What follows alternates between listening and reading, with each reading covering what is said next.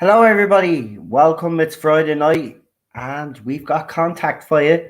I haven't sent out any emails yet, so if I'm going to send out the emails to the people that I know that are coming on. If you'd like to come on, as I said, let me know in a DM, or if you're in the chat right now, let me know, and I will post the link into your DM or wherever you want me to post it in.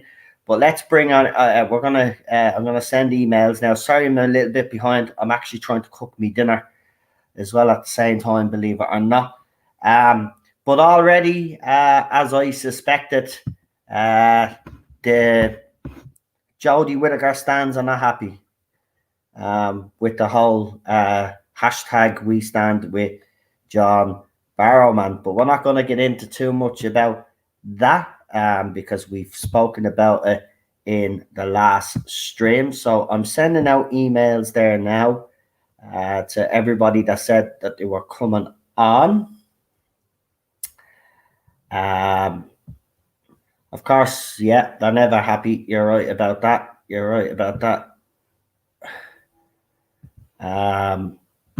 But yeah, it's the typical response, isn't it? Where in fairness, did we expect any different? You know, they're always going to be the same because yeah, they think they can judge. They can judge. They're not perfect themselves. As I said, it's hurt them. That's what's happened because they thought they were all celebrating and gloating that they bullied a man offline, and now that he's come back strong and his fans have come out and supported him, it's rubbed them up the wrong way. Of course it has. It always was going to, because that's the type of people they are.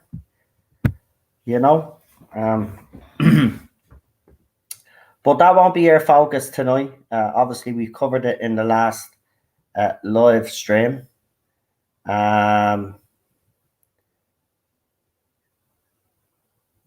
Well, send me. I'll tell you what, Captain. I'll send you. You're more than welcome to come on. Of course, you're more than welcome to come on. Just give us a second, because my phone is blowing up now because the other side have reacted.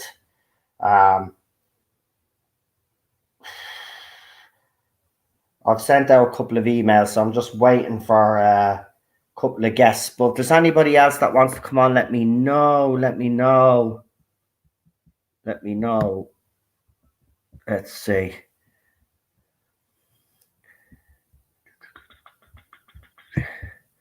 So who have we got? Yeah. So we'll bring on PD because he's the first one here. How are you, pal? Nice to see you. I'm fine. How are you doing again? A bit of good news from me. You had a couple of good turns lately, haven't you? As I said. Yeah, it's been this week has been very positive, I have to say. Yeah. Yeah. But of course, you know yourself. It's very important that you don't. And you know me, I'm humble. I won't let it get to me head. Yeah, be respectful. Yeah. That's it.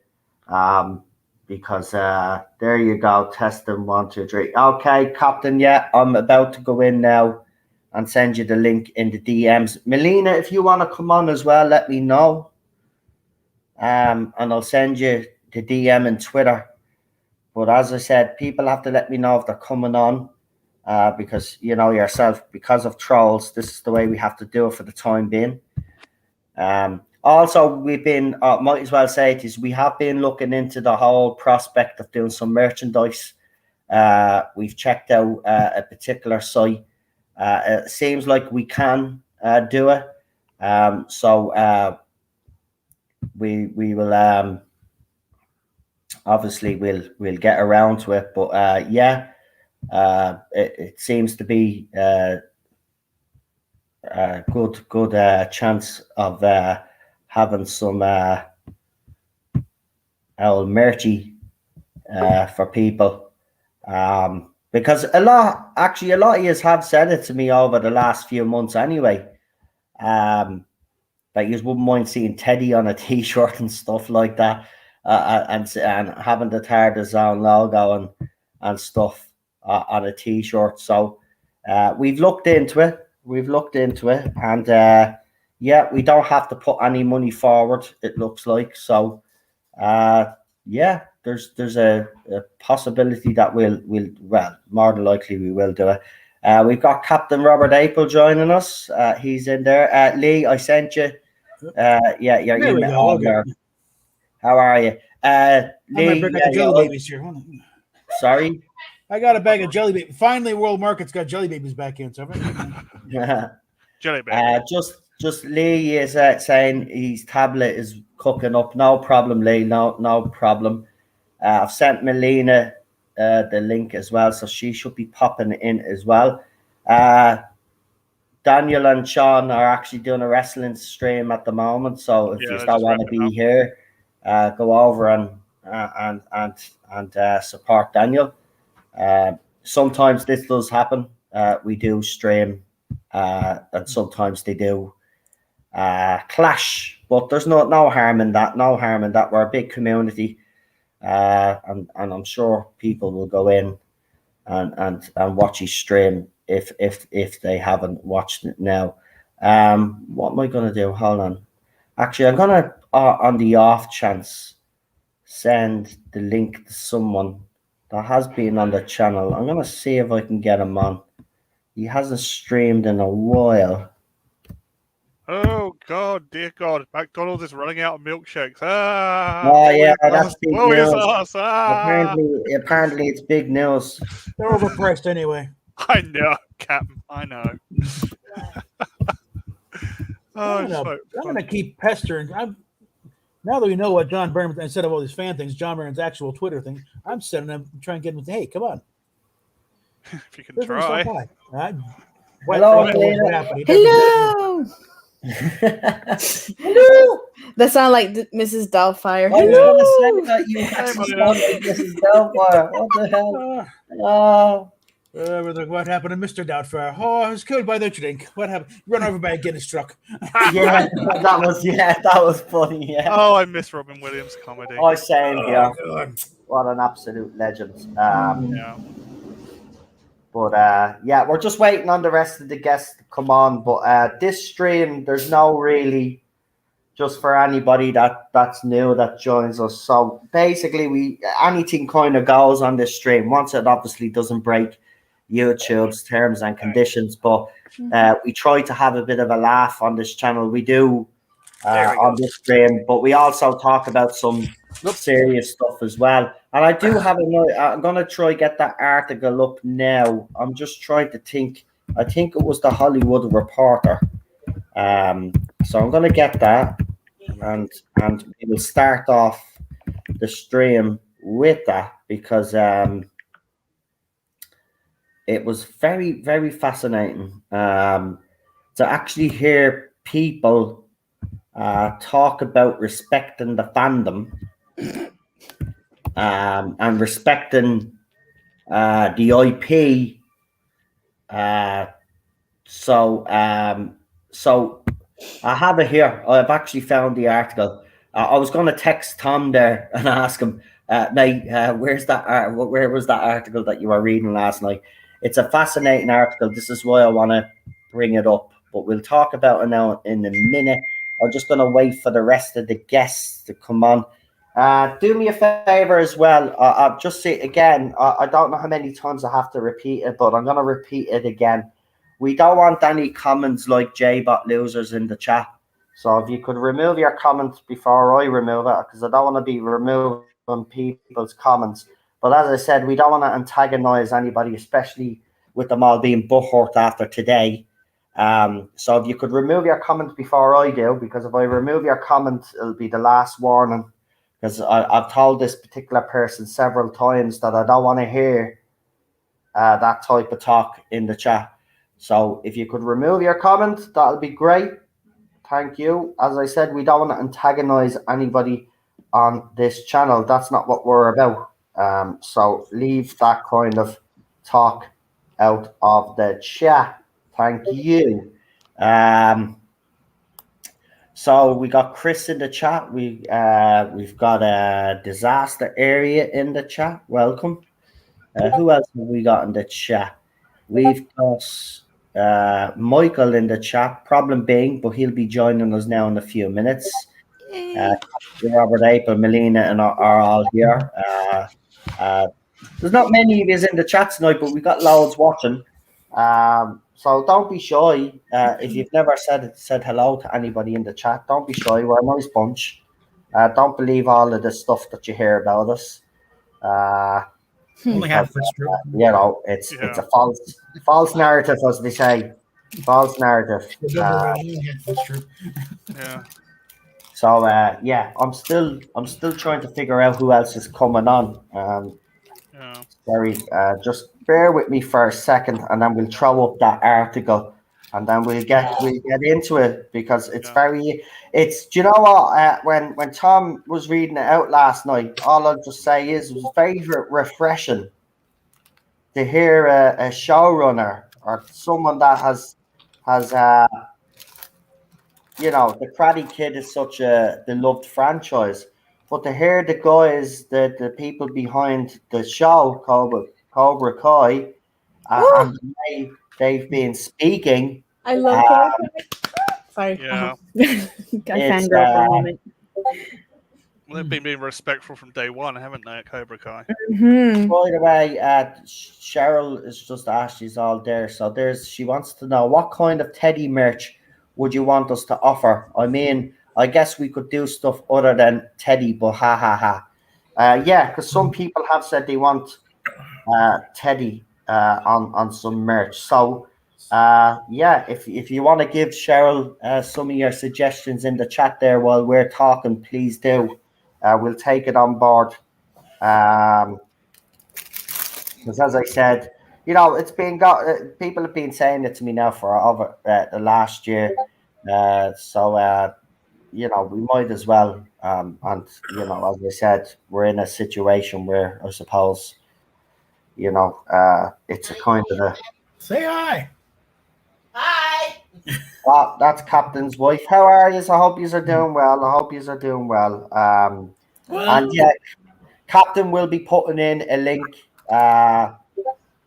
Captain and his wife at the moment they're in a hotel. Ooh, Charlotte, Queen Charlotte. Hi, Queen Charlotte. She's in the chat. Hey, folks. Some customers come in have made up for the fact that I had to shift some stuff over to pay for our late storage unit. Yeah, so if you want to throw that link in, you're more than welcome to do so. Hey, folks, I'm in Northern mode tonight. Wanted to say hello, though. No problem, Charlotte. I know you're actually modding on Daniel's channel. God love you. The reason why I say that is because, like, you probably don't like wrestling. So I, you know, our sympathies. But I know, like, you're there to support Daniel, and that's the most important thing. So fair play to you. But yeah, I have to say, man, it was nice to see Daniel pick up for himself and defend himself on Twitter last night when someone was talking crap to him about wrestling. And clearly Daniel's very knowledgeable about the subject. And of course, you know, me, Lee, as friends, thought he was being picked on. Well, he was being picked on. And we went into the Venom and he told us to stand down. He told us, I'll handle this myself. So we were like, holy moly, what's happening? Have your Weetabix? And then Lee miracle for the week. a picture of Popeye eating his spinach. But seriously, man, that's the Daniel I want to see. Don't get phased or upset by these people. You know what I mean? Keep doing what you're doing, and if you believe in something, you know, as I said, stick to it, man. You know, never back down for anybody. Never back down for anybody. But I'm still waiting. Lee's obviously his tablet is, so we'll wait for Lee to come in. What I'll do is I'll start the article now. By the way, if there is anybody in the chat that does want to come on that I've forgotten, let me know. Let me know, and I'll send you the link. Okay. I don't want to miss anybody tonight. So if you want to come on, please do. Right, I'm going to screen share this article and we'll get going, because wait you hear this when I read this out. And yeah, as Cheryl has said there, I think it's good that I put that comment up there. So please keep use our bad language to use ourselves, use alternatives. Obviously, when we're streaming, we can drop the fuck bomb and stuff like that. But you guys in the chat can't drop the fuck bomb. So any other words like that, just use an alternative. Yeah, only the panelists. I know it's a bit unfair. But that's the way YouTube runs. Only us panelists can do that. So use alternative words if you don't mind, and you won't be censored. Yeah, you won't be censored. And it's not me censoring you, by the way, because you know me, I don't give a flying fuck. There it's you an go. algorithm thing, That's 4 times I'm at the same fuck. Oh, that's 5 now. See, I could say that, but unfortunately, you guys are not allowed. You guys are not allowed. And here's real super doctor, just in time. Just in time. I was just off the phone to my mum and that. And how is she? Okay, but it's just to carry on with what's going on. Right. Well, I hope everything is okay. Family, obviously. Yeah. Family is always important. Family comes first.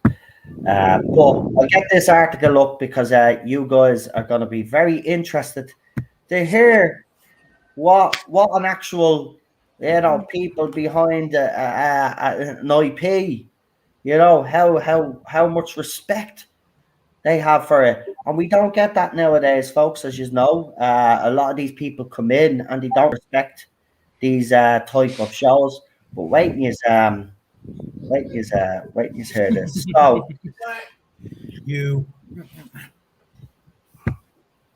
So the Hollywood Reporter. So there we go. Just make sure that it's up on screen. I think it should be. It should be. Yep. Right. Here we go. So I'll read this out and then I'll get you your thoughts on it. I'll try read through as quick as possible, and then we'll get all your thoughts on it. And this will start the conversation for tonight. Trust me. Cobra Kai co-creator reveals his rules for successfully rebooting a classic IP, and it was a guest column for the Hollywood Reporter, and he says, "Don't rely on nostalgia or argue with your fans," explains Emmy-nominated Netflix showrunner Hayden Souls. So I can't say that second name. I think it's Salzburg. Right, Salzburg. Right. I apologize, Mr. Salzburg. I find some words very difficult. Do we have someone else in the chat there, or is that just someone's phone going off in the background? It's probably someone's phone. Mine is silent. Right. Let's do this. Ever since Cobra Kai premiered in 2018, I have heard some version of the following. I can't believe how much I love your show, because whenever Hollywood attempts to bring back a classic movie franchise, it almost never works out. Well, my co-creators, John Horwitz, Josh Hild. Listen, I'm very bad with names, right? So you have to forgive me. I think it's Hurwitz, but it's okay. Don't worry. Yeah, and I completely understand where that sentiment comes from. Having grown up in the 1980s, now you understand where we're coming from. Having grown up with the 1980s, like most of us, we are the target audience for many of the repackaged, revamped, rebooted movie franchises we grew up with. We know what it's like to get lured in by nostalgia, only to feel let down by a cash grab that takes advantage of our childhood memories. But that didn't stop us from bringing back one of our favorite movie franchises, The Karate Kid. And now that its follow-up, Cobra Kai, has found success on Netflix and is nominated for an Outstanding Comedy Series Emmy, we want to share our approach to resurrecting classic movies and TV shows. So this is why I called it the Bible on Tom's show last night in the chat. I said, this is the Bible. So he says, do treat the original franchise with reverence. Just as you should honor thy father and mother, so you honor the franchise you are bringing back. Remember, Your show would not exist without the original movie. This is not just an IP. This is something precious to millions of people treated that way. Secondly, don't be afraid to make big changes. Respecting the material doesn't mean you can't be original. Fans don't want to see the same thing as they've seen before. Karate Kid fans love Cobra Kai because we took the bully Johnny Lawrence from the original movie and made him the underdog of our story. Do create new characters. Number 3, I should say. Do create new characters to enrich your story and reach younger viewers. It's true that if you want to attract a younger audience, it helps to have a younger cast. New characters can bring fresh energy and perspective to your franchise. But, and what is the but? Don't forget about the original characters or your older audience. I love this guy. Sure, sure you want to lure in younger viewers, but first you must win over the hardcore fans who made your franchise a success. Are you listening, Chibnall? Are you listening? Do use nostalgia to draw in your audience into the story. Classic movies like The Karate Kid have been rewatched on DVD, VHS and DVD, cable so many times that people remember certain lines and scenes more vividly than their own childhood memories. Calling back these moments can have a huge emotional impact. Don't rely on nostalgia. Callbacks bring back memories, but they don't tell a story. Even hardcore fans will tune out if they aren't hooked into a compelling plot with great characters. The key is using nostalgia to create something new and exciting. Again, do you want to do Doctor Who, mate? Do ask yourself why now. You will be asked this question many times in the green light process, so you must might as well have an answer. For Cobra Kai, our answer was that bullying is more relevant today than ever, and we wanted to explore that topic by re-examining Johnny, one of the most iconic bullies in movie history. I agree. I've watched one episode, believe it or not, of season 1. I just haven't sat down to watch it, but I need to watch. But this is the way I'm going to do. I'm going to watch the Karate Kid trilogy again. Then I'll watch the show. Don't overthink the why now. There's a reason your franchise is a classic. Most likely, it taps into something universal and timeless. So while it helps to give your story some social relevance, you also want it to be relevant 20 years from now. Focus on classic themes that will stand the test of time. I'm loving this guy. Yeah. Do you have a long-term plan about what you are? Why am I getting all? You're getting emotional. Do have a long-term plan about where you are taking the story. In the event of success, there will be a demand for another season or sequel, and you want to be ready. With Cobra Kai, we purposely waited until the very end of the 4th season to bring back a fan favorite, villainous sensei John Creasy. Because we wanted to give fans something to be excited about for season 2. Exactly. Are you listening, BBC? Yeah. Don't assume your audience is going to stick around until the end. As important as it is to have a long game, you need to win over the audience very quickly. Otherwise, they will move on to the one of the 70 trillion other options they have. That's a good point. The Orville exists, guys. Remember that, Star Trek, folks? Yeah. Exactly. Do respect, encourage, and engage. Come on, Seth, get it out. The best part about working on a famous franchise is there is a built-in fan base already. Do what you can to turn that fan base into a community. Get them hyped up. Your enemies. So then you listen and encourage their creativity and passion. Don't argue with fans. There is nothing more futile than trying to convince fans who didn't like something that they are wrong. If there is division in the fan base, let the fans argue amongst themselves. That is part of the fun. Now, why can't we get more showrunners like this guy? Where's the picture? There's a picture of him. Where is it? Because he deserves to have his face known. So here he is there. So this is the guy, right? This is the guy. What's his name? This is Hayden Schlossberg. There. I'm not even going to say his name right. In fairness, our names over here are O'Reilly and stuff like that. So, like, I'm Irish, so bear with me. But I mean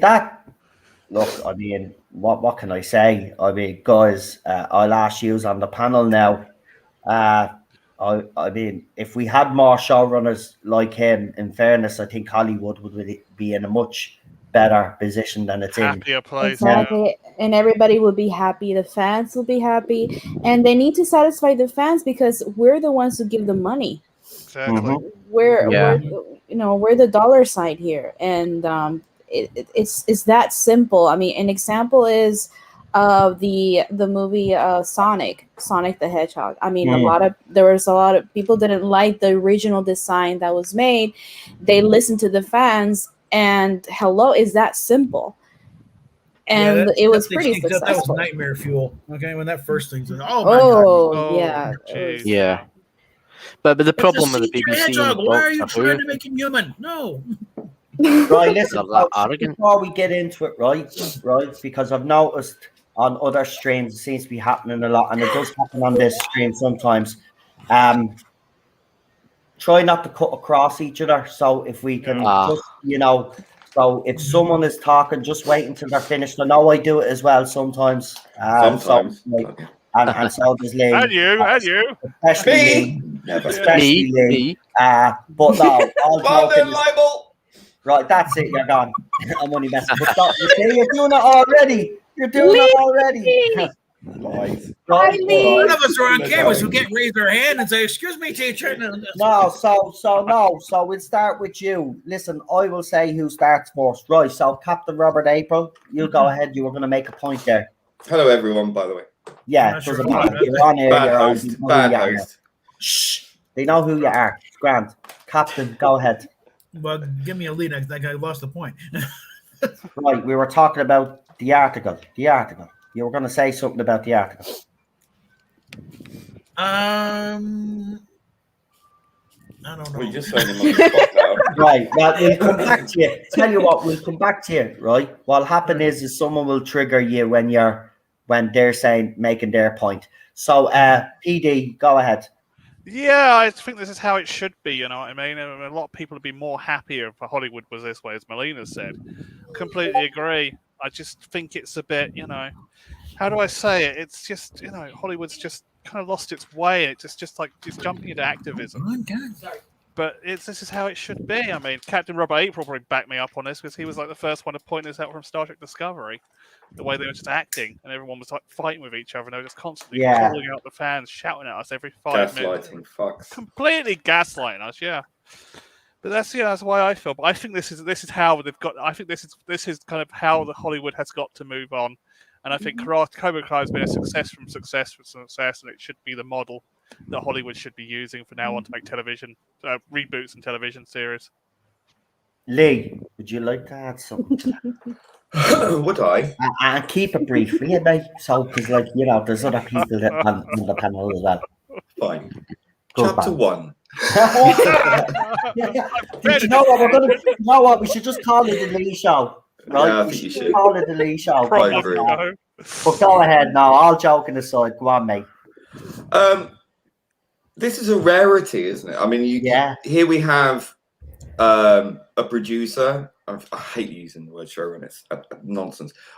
Producer who is intelligent and not afraid to speak sense and to break the conformist tight rope that everyone seems to be treading. This throttling of intelligent and insightful mentality. Like he understands, because he is a fan of the genre. He's a fan of film, of TV, understands nostalgia, understands how to utilize it, and does it very well. I've watched all of Cobra Kai. It's a great story, great characters. The key here is the great characters. The story, I mean, there's only so much you can do with a competing dojo and the dynamic, but it's the characters that make it so compelling. And I didn't watch the Karate Kid films for years. I mean, I'm going off memory, so I didn't actually bother starting watching the films again. I just went off vaguely what I remember watching as a kid, and it didn't stop the enjoyment of the show. I understood who the characters were. Even in the show, it kind of aids you with giving you throwbacks to know who they are if you've forgotten anyway, or if you're a new person watching, you'll get a reference to the films, which is fine, which is great. So you're not confined or constrained by that in any way. So he gets it. He understands you can attract the old fans and bring in the new fans, and you have a fandom and casual viewers who are not competing or fighting over it. It's not one thing or the other, or the new fans, the old fans. And that's something that, and no gaslighting, right? There's no arguing with fans. I mean, this guy absolutely fundamentally gets it. And it's a shame that other people can't take a leaf from his book. I think every fucking producer in Hollywood should read that article and understand. And not only Hollywood, I mean BBC especially should read that article. If they're stuck on what to do with Doctor Who, BBC, read that article or rewatch this video from when Noel started reading it, and that is exactly what you need to be doing. Exactly. I can't emphasize that enough. Get someone like that who understands the audience, the fandom, which is a separate entity, really, because it's more in depth than just simply watching it, right? And how to keep everything afloat, and how to tie all those elements in, especially with a long-running franchise. I mean, Karate Kid's half as old as Doctor Who, right? Just about. So I mean, he understands that. I can't understand how people cannot understand. This is the kind of thing we've been saying you need to do all this time. We're told there's nothing wrong, there's nothing where it's perfect, everything's great. It isn't. So take a leaf from his book, read that article, deal with it, bring us that. That's what we want. That is this guy knows his shit. He's like a Hollywood messiah, really. Quite honestly. Oh God, he came to save us. He had, with sensibility, sense and sensibility. Yeah. This guy's saying, "Oh, there's nothing wrong." How much time have you got just on Star Trek or Doctor Who? It's like I can bring in several laundry lists of what's wrong with this. I can just start with one character. What's wrong with nothing? Let's put it this way: nothing is editorially perfect or editorially better than it's ever been. Oh my God! If the audience disagrees to the point of 60% plus, right? I mean, like gone away, right? You might be pleased with it. That doesn't mean shit if the audience isn't tuning in. I'm sorry. Right, why is everybody laughing? Am I missing something here? I'm sorry. We got a note from the sixth floor. Many people are canceling their licenses and they're blaming you. Everything's fine. Fire around them there. There's nothing to see here. Move along. It's all good. Apparently, I'm dying. It's fine. The only Jody figures that are sold have been sent back to us with pins in them. So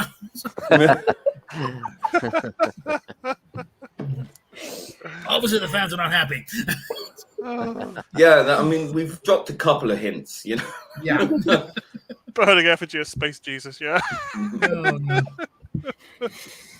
But again, it is quite refreshing, to hear. But here's the interesting thing: if he wasn't working for Netflix, I don't think he'd be coming out and saying this, because he'd be probably cancelled for coming out and saying that. How dare you for saying something like that? But he works for Netflix, and Netflix don't really. They're not. Netflix get a bit of stick, but they're not like the rest of Hollywood. They're willing to. I'm not saying they don't do some shows that would be considered woke, but they do other. They do a lot of shows. Look, for me, I've always said this about Netflix. It's at least Netflix kind of try to pander to everybody. With different types of shows and stuff like that. They don't just pander to one side like we see the rest of Hollywood actually doing. Your wife says share it to remind Noel to mute his mic whilst eating. Yeah, I haven't even started. My dinner's not even cooked yet. I'm looking for this so-called second account that I was supposed to block of yours, and it's not in me blocked accounts. And there's over 200 and something accounts that have been blocked on this channel because of their. It's actually quite eye-opening looking back at half of these accounts. But you're not blocked. As I've said from day one, I didn't block your original account, wife. So you want to figure that one out yourself because it's not in the blocked accounts. Justice for Cheryl. Hashtag justice for Cheryl. Whatever you want. Justice is all you want. As I told you, it's not me that bleeding blocked her. Yeah, when we blocked was a fake account. It's obviously YouTube don't like her. That's not my fault. But you're not in it, love. So I don't know what's going on. You're not there. I've checked. And why would I block you anyway? Oh, we won't get into that actually. We don't want to bring our domestics into it. But yeah, real super doctor, you haven't said anything on the topic yet. Ali, I used to like the Karate Kids as a kid. I used to like the films and all that, and I kind of watched all of them, and I kind of quite liked it. But I feel he's on kind of on the right level. I think he's kind of positively going to put his franchise in the right way, because all franchises need to get into that sort of way of thinking. It's like Ghostbusters Afterlife, which I'm really looking forward to seeing that. Me too. And it's. See, if you do a little bit of pandering to your fans, not to the dedicated hardcore fans of your franchise, I mean, you're onto a winner. You're onto merchandise. You're onto everything, and that's how you make the money. Is you tell good tales and everything like that, and good stories and that, and it's not all about CGI effects and all that for films and that. It's all about if you can write decent scripts and stories and that, and decent characters, and like build upon the characters and all that. And I feel I haven't seen the Cobra films, but I'm inclined to go. Well, it's a TV show. It's a TV show. Yeah, it's a TV show. I haven't seen and it's coming back for its third season, but it's been that bloody popular. I just haven't gotten around to it. It's fourth season is coming in December of this year, and and we just got news. I just got on Instagram, and they're already renewing for fifth season or series, however you guys say it. Yeah. Mm-hmm. Well, and notice there's nobody out there screaming, "Oh my God, what kind of brain dead people renewed the show?" No. As opposed to other franchises, we'll not name at the moment, or they do good things. I've done myself. Why the hell are they renewing this show? Why does it get approved for first season anyway? Cobra Kai, great, more of it, bring it on. And mind you, I'm sorry, Lee. No, but go ahead. Okay.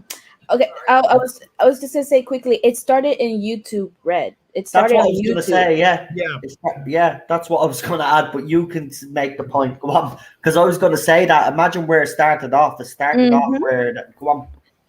So it started on YouTube Red, and that's when Netflix picked it up, and I think in the starting of second season, if I'm not mistaken, second season is when it started on Netflix. Yeah, like second when Netflix got it. Yeah.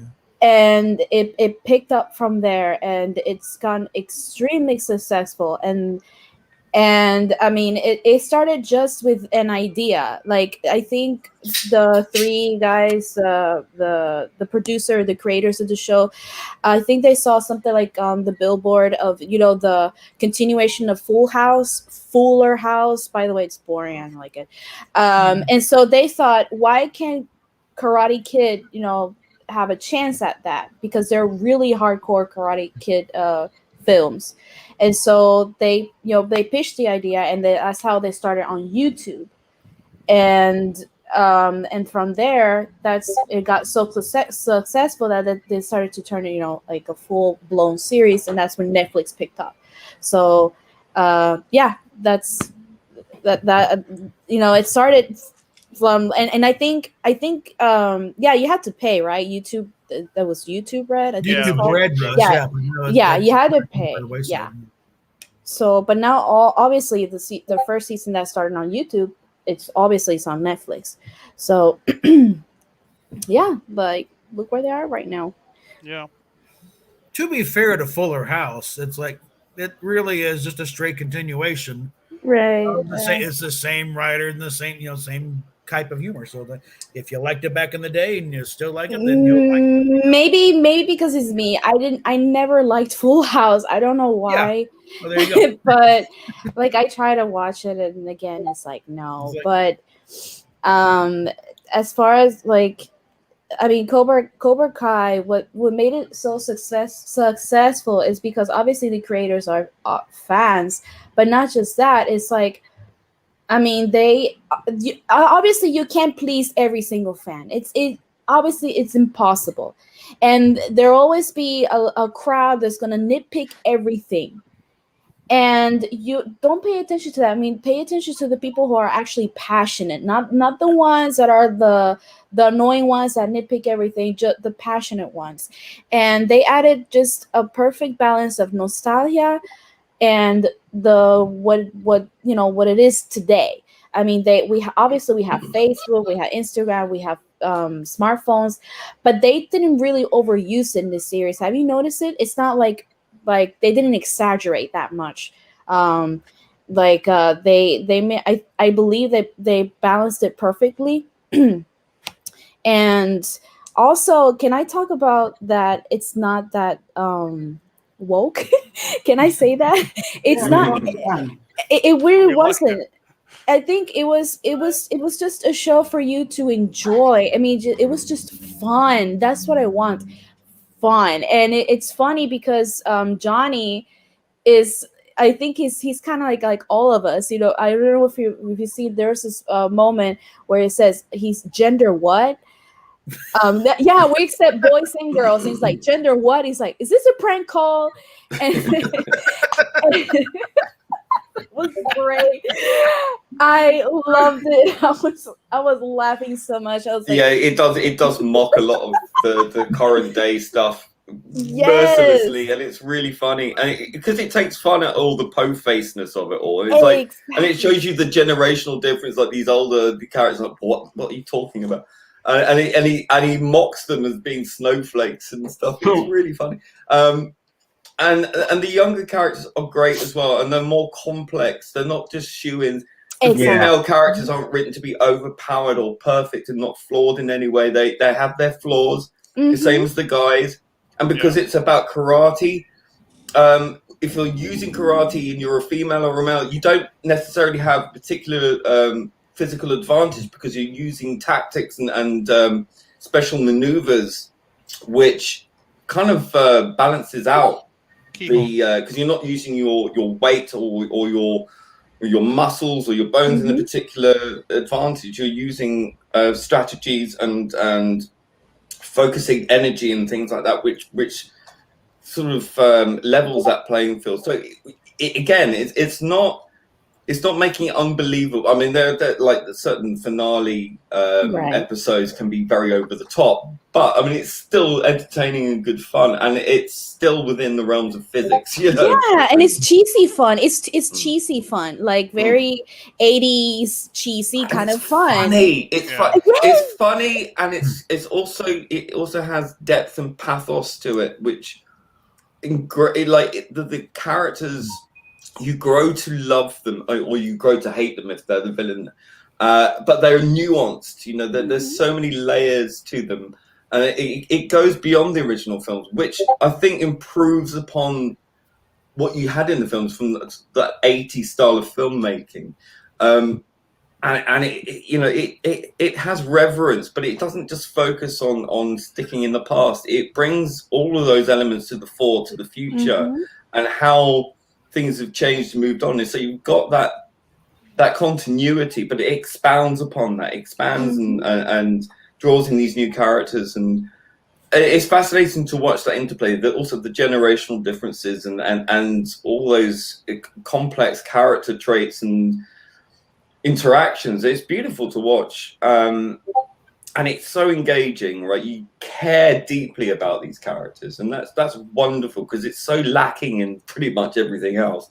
So when it does come along and you get something like that, you grasp it with both hands and say, and you hold it up as an example, like that article. You said this, everything. Look, guys, this. It's like discovering the Holy Grail and go, look, I found it, you know. And it shouldn't have been lost in the bloody first place. I mean, it's common sense, but everyone's lost their mind in Hollywood and trying to outdo each other for gaining points with like these crazy angry people all the time. It's like, don't bother with that. Just ignore that.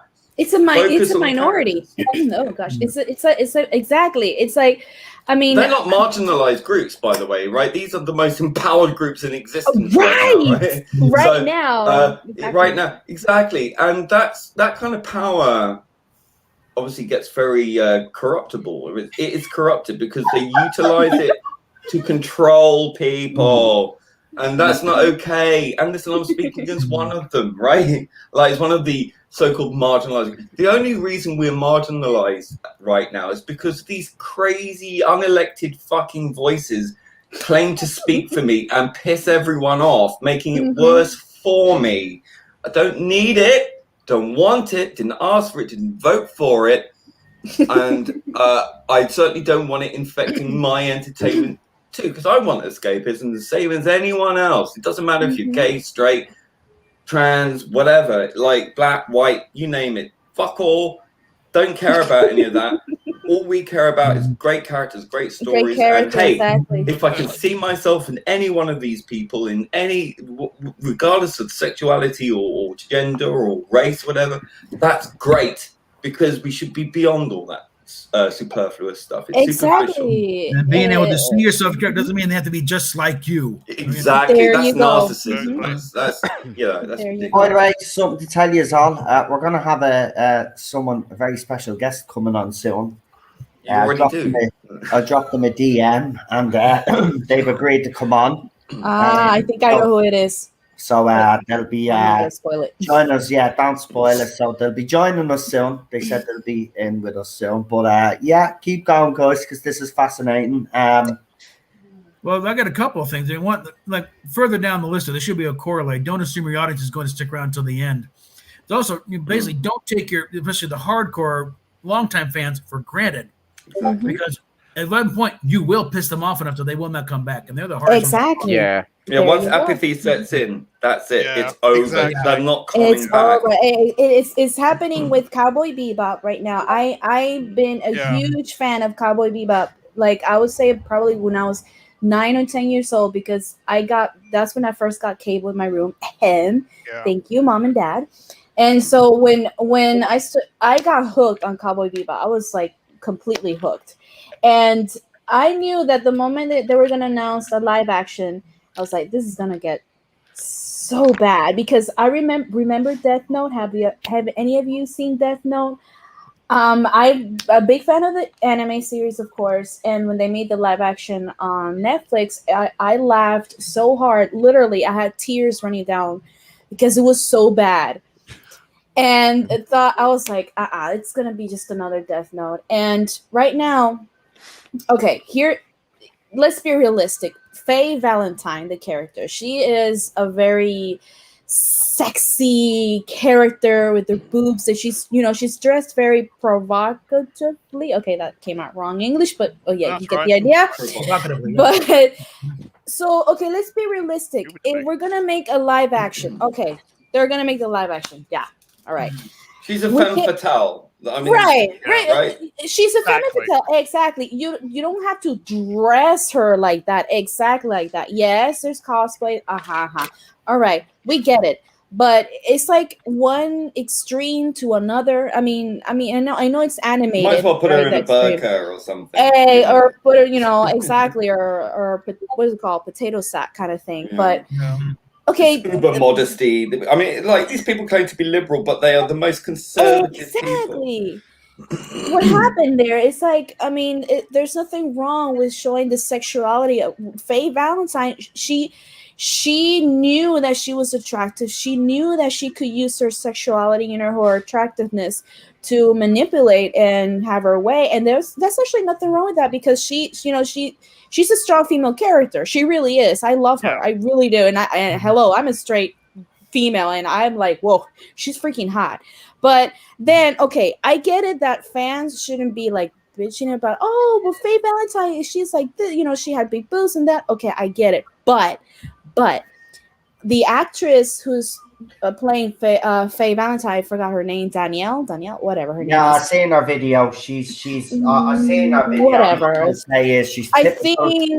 think she's the chick who is in Jurassic World in nobody gives a shit about her. She's a nobody. Yeah, I don't know that lady. Listen, I will add to that. I commented on this originally, and two ways of looking at it for me.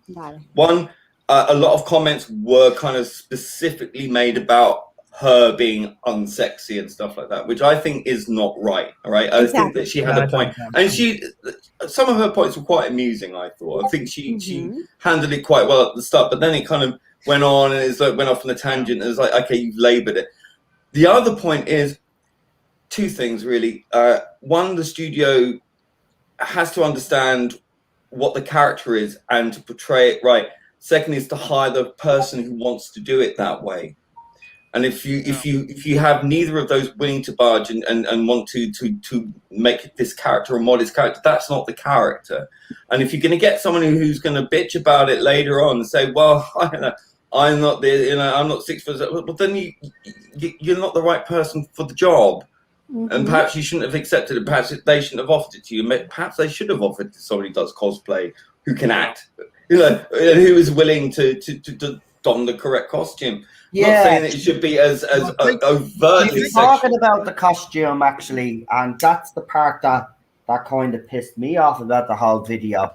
It's like, it couldn't fit into the crevices and all of this sort of. But don't forget the mini skirt was invented in the 1960s, not by men.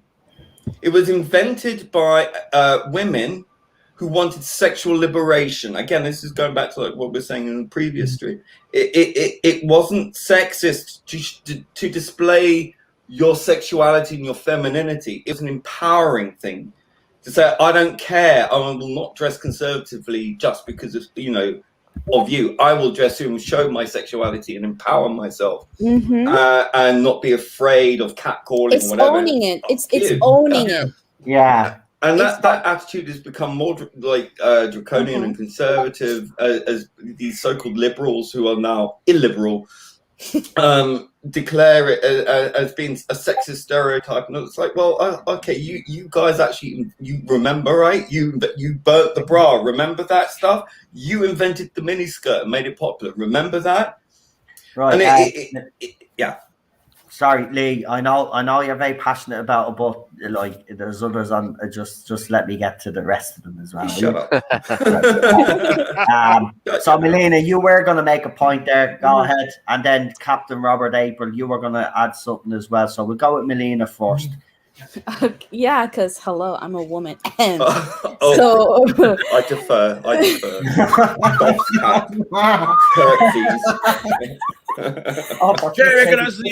kicking off tonight, and the special guest hasn't even come on yet. Because when he comes on, it's going to kick right off. Okay, hang on. Let me just stop. So like Lee was saying, I mean, it's supposed to be like owning it, like owning your sexuality, because you're proud to be a girl, you're proud to have your curves.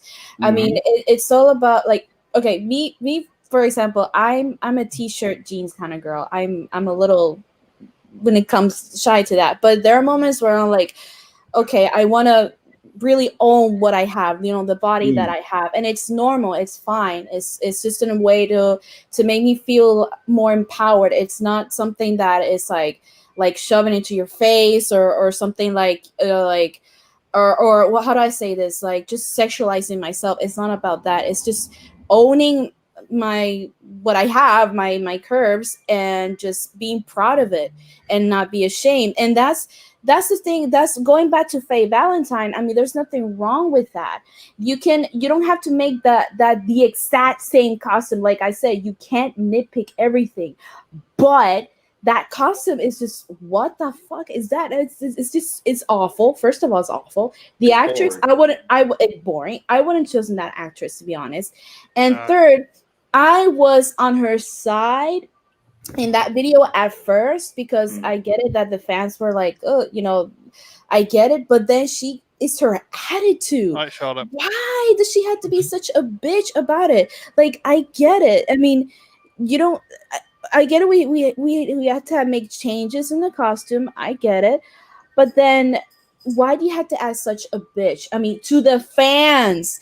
That's not a way to do that. I mean, the idea is already fucked up to have a Cowboy Bebop live action. They're already screwed it from the beginning. Fine. They greenlighted. Okay, fine. It's already fucked up, but fine. But don't keep fucking it up more. Like, don't just stop insulting the fans. And I'm so done of that. Like, the man babies, the like Masters of the Universe, the calling us man babies and complaining and crying about it. And it's like, hello, did you forget that we're the ones that gives you money for your dumbass franchise? Did you forget that we're the ones who buy the merchandise that you guys put out in Hot Topic and Walmart or wherever you Target, wherever you put it? We're the ones who gives money out of our pockets, okay, for your stupid, franchise. And this is the way you treat us. So this is why, again, I go back to Cobra Kai. This is why I love Cobra Kai so much. It's just like, it's pleasing not only them as the creators, but all of us that grew up watching the Karate Kid films. And you don't even have to watch the Karate Kid films. I know people who haven't seen not one single movie, but they enjoyed watching the series as what it is, because it's a nostalgic as if you grew up in the 80s, and you can still enjoy it. Today, kids today can still enjoy it, and it's just a fun series. It's fun, and there's no marginalized group. There's no oppressed women. There's nothing of that sort.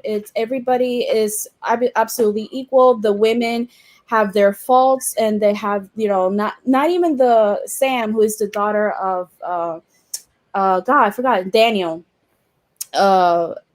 She has her faults. She's not a little princess, like all perfect. She's done some things that she admits are wrong, and not everybody is perfect, and that's what I love about it. And I noticed that how it's so written well, and the bad guys, I put bad guys like in air quotes here, they're not really bad guys. They have a background story, like starting with Johnny, and even John Kreese. Okay, I'm sorry, I'm babbling. I love this series so much. John Kreese has a background story of why he is what he is now. And the introduction of John Kreese to the series, that was mind blowing. I think the internet kind of broke when that happened. And it's a way to bring, again, the fans together. And that's why I think that the Ghostbusters Afterlife, I think it's going in the right direction. Yeah, of course, I haven't seen it yet, but from what I see in the trailer, that's what the fans were asking. That's the kind of sequel we wanted. It doesn't have to be perfect. There's no such thing as perfect, but at least is something that fans could go, yeah, I remember this. It's just give that old feeling again. And yeah, and that's what I miss. That's what I like to see, and it's ironic because I majored in films. I did some filmmaking, TV production. I did some writing, etc. And it's so weird because I don't feel that passionate about Hollywood anymore. Same as. It's awful, right? It's awful because where's the fun? Studying the same thing. I'm studying the same thing. Did TV production. It's sad, isn't it? So you feel me, right? You feel you know what I'm going at. Exactly. Yeah, I did dissertation on Star Trek. I did my Star Trek, Doctor Who, Star Wars. Yeah. That broke me. Star Wars broke me, but not so much as Doctor Who. Doctor Who was the one that really broke me, but Star Wars, man. And when I was a kid, I always imagined like, oh man, I want to work like behind cameras, and I want to do this and do that, and I want to like work in series like Cena because I loved Cena and I loved Hercules and all this stuff you want to be part of. Star Trek, Star Wars, and Indiana Jones. And then you see Hollywood what it is today, and it's gone to just what? It's all about. It's so overly political. Yeah. And there's a difference between being a political and being woke. Okay, because there's always going to be a political thing, but it's like in your face politics. Yeah. It's like we don't need this. We just want a good story, and then they add diverse characters, just because. Like, okay, here's a black character. Not even characters, cardboard cutouts. You know, like perfect in every way, and nothing bad can ever happen. There you go. Exactly. It's like Romulan propaganda. Stereotyping. Exactly. And it's like they're just there. I don't know if any of them have seen, like, I grew up in the 90s, but there's this cartoon that I used to watch called Hey Arnold. Oh yeah. Yeah, I remember that. Hey Arnold is one of probably the most diverse like cartoon characters ever. They had mixed characters. There was Japanese, there was black, there was a gay teacher. Like Arnold's teacher was gay, and it was every character was important. Every character had its flaws. There was always a story, a background story with them, and it was just fun. And in the 90s, I was like, everybody knew, but it wasn't like something that everybody talked about. Hey, did you know that Arnold's teacher is gay? Oh my god, that is so empowering. Oh my god. But no, he's just a character who happened to be gay, and he's a great character and had his flaws and whatever. And Arnold's best friend is obviously black, so they had a little bit of everything, and it was nothing that obviously that's, I guess you could say, political maybe, or diverse, but it wasn't something woke. It wasn't something like they put on the headlines like, oh, stop everything. Stop what you do right now.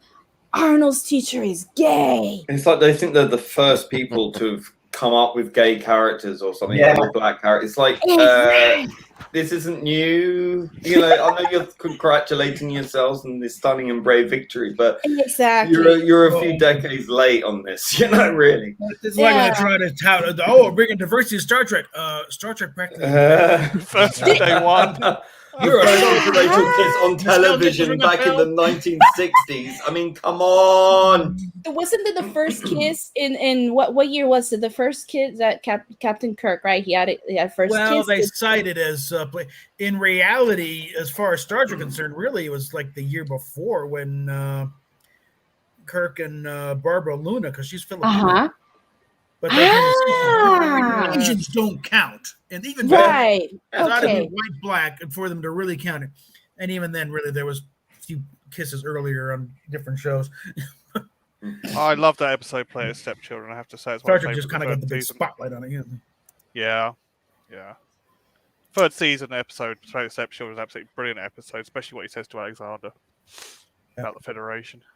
So that touched me. That did. I remember that. I remember, like, I know it.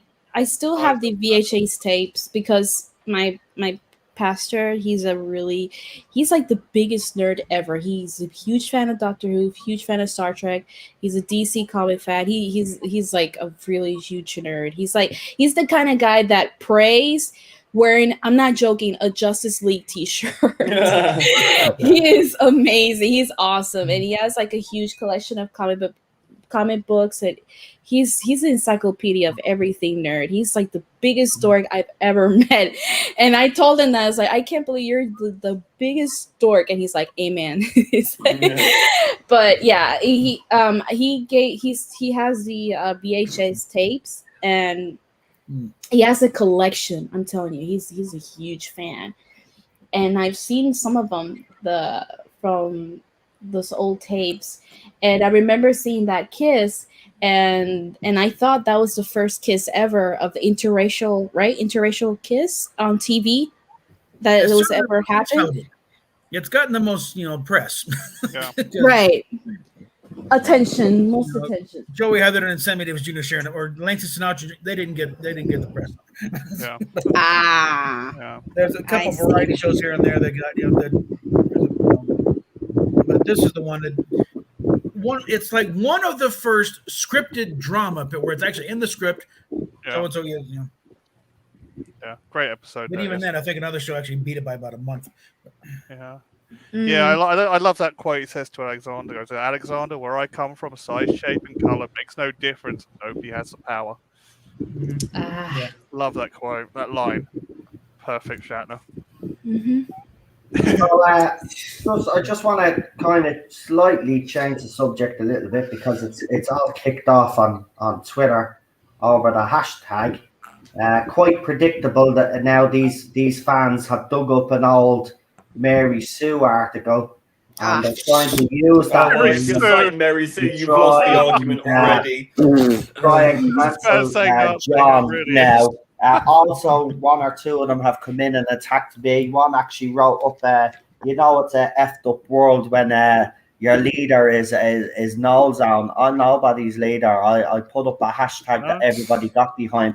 And by the way, if you're going to rehash the same old shit that's been said to me for the last few years, calling me bigger homophobe and all of that, nobody gives a crap what you say anymore. Nobody's listening to you, because people come and they watch me channel. They've heard about the things that I've said on Twitter.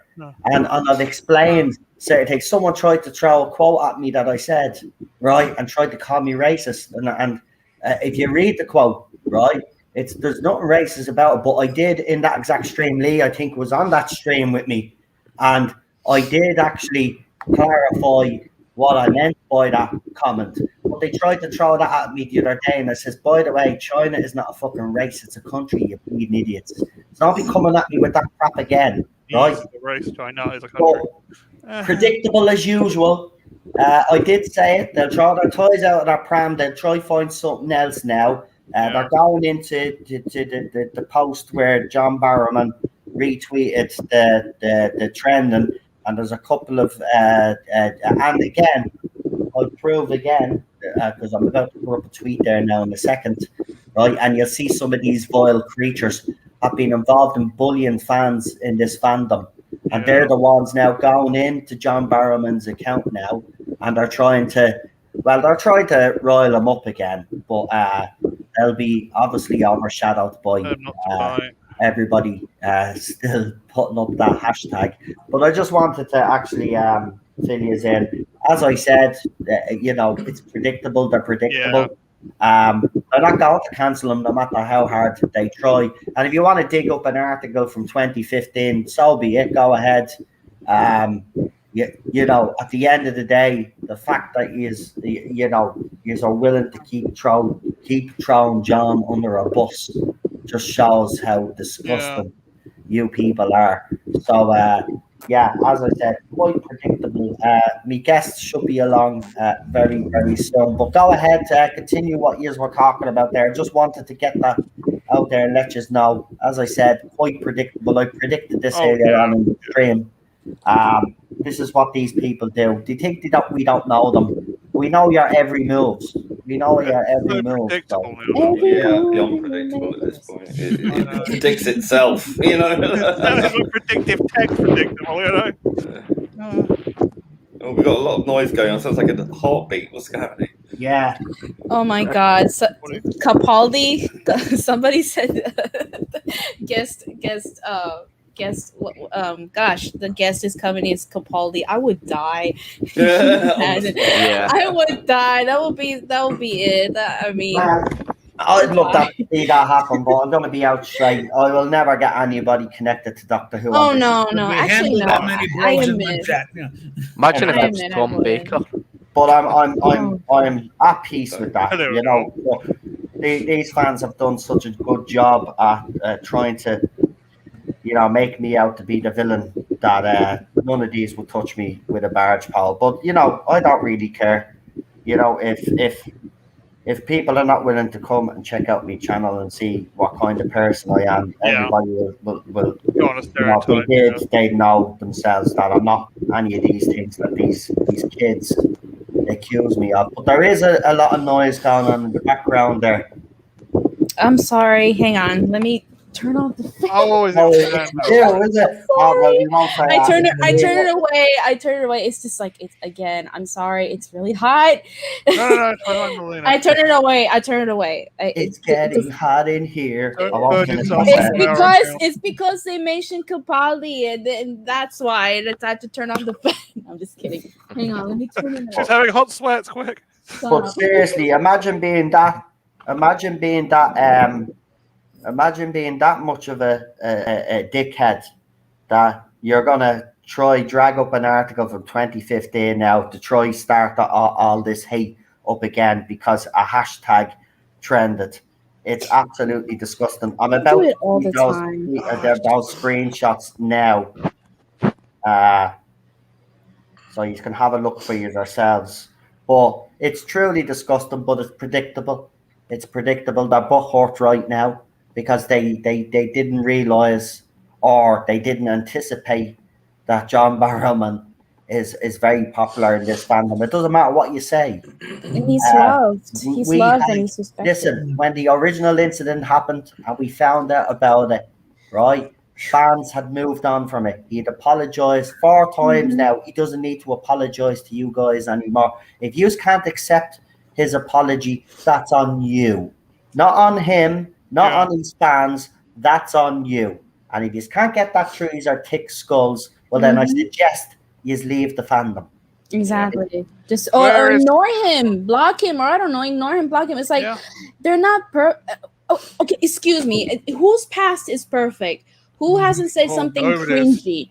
Like I'm gonna say something here. I've said some things that are really bad. Like I closed that Facebook. I said some really bad, big good things. And when I look back, it's like, wow, what the fuck? What was I thinking? It was so embarrassing. But I'm not that person anymore. Like, how do I make up for it? By being a better person that I am today. Nobody is perfect. I mean, nobody, even those people who accuse or want those people who dig up old tweets. Look what they did with James Gunn. Didn't they do the same thing to him? They 10 years on him. Yeah. They pretty much almost accomplished the mission of canceling him. He was out of Guardians of the Galaxy to be the next director, but he came back again, and it's just ridiculous. I mean, where are we going to keep on digging old tweets, old videos? Nobody is the same person. We grow, we learn, and we grow. Yeah, that's it. Right, listen, hold on. Everybody hold the horses for 1 second because our special guest is in the studio. And he needs no introduction. But I'm going to give him an introduction. Oh, God. It's the Trigger Train. It's the one and only Mr. Ballstrick. I knew it. Get it away. I am going to tell y'all a story. We're not worthy. So once upon a time, there was a bunny. Right. His name was Mr. Flippy. Right. One day, Mr. Flippy was sad. Right. So Mr. Flippy went on an adventure because he didn't want to be sad anymore. So Mr. Flippy went looking for his friend. And then Mr. Flippy met his friend, who was a giant pickle. His name was, get ready for it, Mr. Pickle. Mr. Pickle. So Mr. Pickle and Mr. Flippy went on an adventure together. And they met their friend. He was a moose. And his name was... Mr. Moose? No, Fred. So Mr. Flippy, Mr. Pickle, and Moose went on a little walk. And they found a tree. The tree said, "Hi, how you doing?" They said, "We're fine." The tree said, "No, you're not fine." And why was that? Because you're evil. And Mr. Flippy, Mr. Pickle, and Fred said, "Why are we evil?" Because you are toxic. And then along came Chibs, also known as Chris Chibnall. And he said, "I'm going to fix you, Mr. Flippy, Mr. Pickle, and Fred." Then he turned them into girls, but not just any girls. These girls did not like bunnies, pickles, or mooses. And that show became Who the Fuck Cares? How you doing? Fine, Mr. Trek. How you doing? Shaggy Flippy. So it is Friday. I finished my vocational employment a few hours ago. Yeah. Certain happy smoking substances are legal in my country, also known as Canada, the land of the woke. So I may have, visited said things that are now legal. And then somehow somebody said, "You want to come on my live stream?" I'm like, well, I might be a bit high. And now I'm here. Hey. Well, it's nice to have you, but you know, I'm a little bit disappointed now because I thought this story of yours was gone somewhere. It did. The moral of the story is who gives a shit. That's the point. That's the point. That's exactly how Chip I know, I get it, but I stories. wanted it to go somewhere. I was hoping that the goat would Well, be no, broken. it's going to continue because all the fans were like, well, we don't like what you've done with Mr. Pickle, Mr. Flippy, and Fred. And Chip said, "Fuck off, you toxic pieces of shit. You're canceled." There you go. Well, before you come on, believe it or not, we were actually talking about one of the co-writers of Cobra Kai, who says that you must respect the franchise and stuff like that. Very refreshing to hear from them. If you haven't seen the articles from Hollywood Reporter, you should check it out. Actually, you should do a video on it, actually. These guys lay it out. And they basically say you don't fight with your fans. You know, you don't. You let the fans fight amongst themselves, but you don't go and attack fans and stuff like that. You must respect the IP, like things that we haven't heard in years. These guys were coming out and saying absolutely wonderful to see. I have to say. But that's what we started off on. Cool. And I must say hi to Captain Robert April. I haven't talked to you in like forever. How's it going, dude? And Melissa, how's it going? Melina. Did I call you Melissa? Yes, you did. Blame Noel. You racist, sexist bigot. Yeah, that's racist. Well, maybe I was just talking to Noel. And who is competing with my Whitaker? Say that again? Wow. The person in the middle. John. That's Super John. Super John. Oh, it's me. Yeah. Oh, hey, man. Is that your drawing? Well, that was my drawing, yeah, but it was, some people nabbed it from the internet. Okay, I've got to join in this now with my own one. We have two Jody stands here. That's great. Okay, so given as I told the whole Whitaker fandom to fuck off and block them all because they suck, So I'm way behind the times because I just pay no attention to them. So somebody tell me, what the fuck is a Jody stan? Okay, so Jody stan is very simple. Do you know K-pop? Have you seen the profiles of Hold K-pop? on. The easiest way to actually I explain have seen you some have K-pops. Have you ever listened to Eminem song Stan? The Eminem song Stan. There you go. That's what a Stan is, right? Super crazy psychotic fan. individual. Yeah. There you go. Oh, who came up with this? I don't know. Marshall They Mathers. themselves. I think it started with K-pop fans. I think. And I'm back. Oops. I see. So that would make sense then. So Jody stans. I just thought it was Noel typing badly. Okay, now that makes sense. That's the interaction of stalker and fan. Yeah, it's like you can tell because their profiles, they have the what's her face, Jody, in the profile, and all they say is bestie, and they post really bad fan, what do you call, fan cams, very bad quality fan cams with really stupid music. That's all they do. It's like bestie. Oh, I can't stand them. It's all this faux positivity all the time. Yeah, everything's great. It's like, generation. you need to keep telling everyone that everything's fine. You're probably not fine. Yeah, you're probably mentally ill. Just saying. But yeah, Stan is Eminem described them. I'd go back and say that there was even Stans when Eminem was around, and that's why he did the song Stan, because he'd be bringing his daughter out. And these people would just be hanging around. It wouldn't be just fans. These were people that would follow him all over the country, write him letters saying, if you don't respect, that's what the whole song was about. This particular fan that wrote him a letter. Then he ends up killing his wife and his unborn kid and stuff like that. That's what the song stands for. I know the song. That was pre-woke Eminem. Yeah, well, no.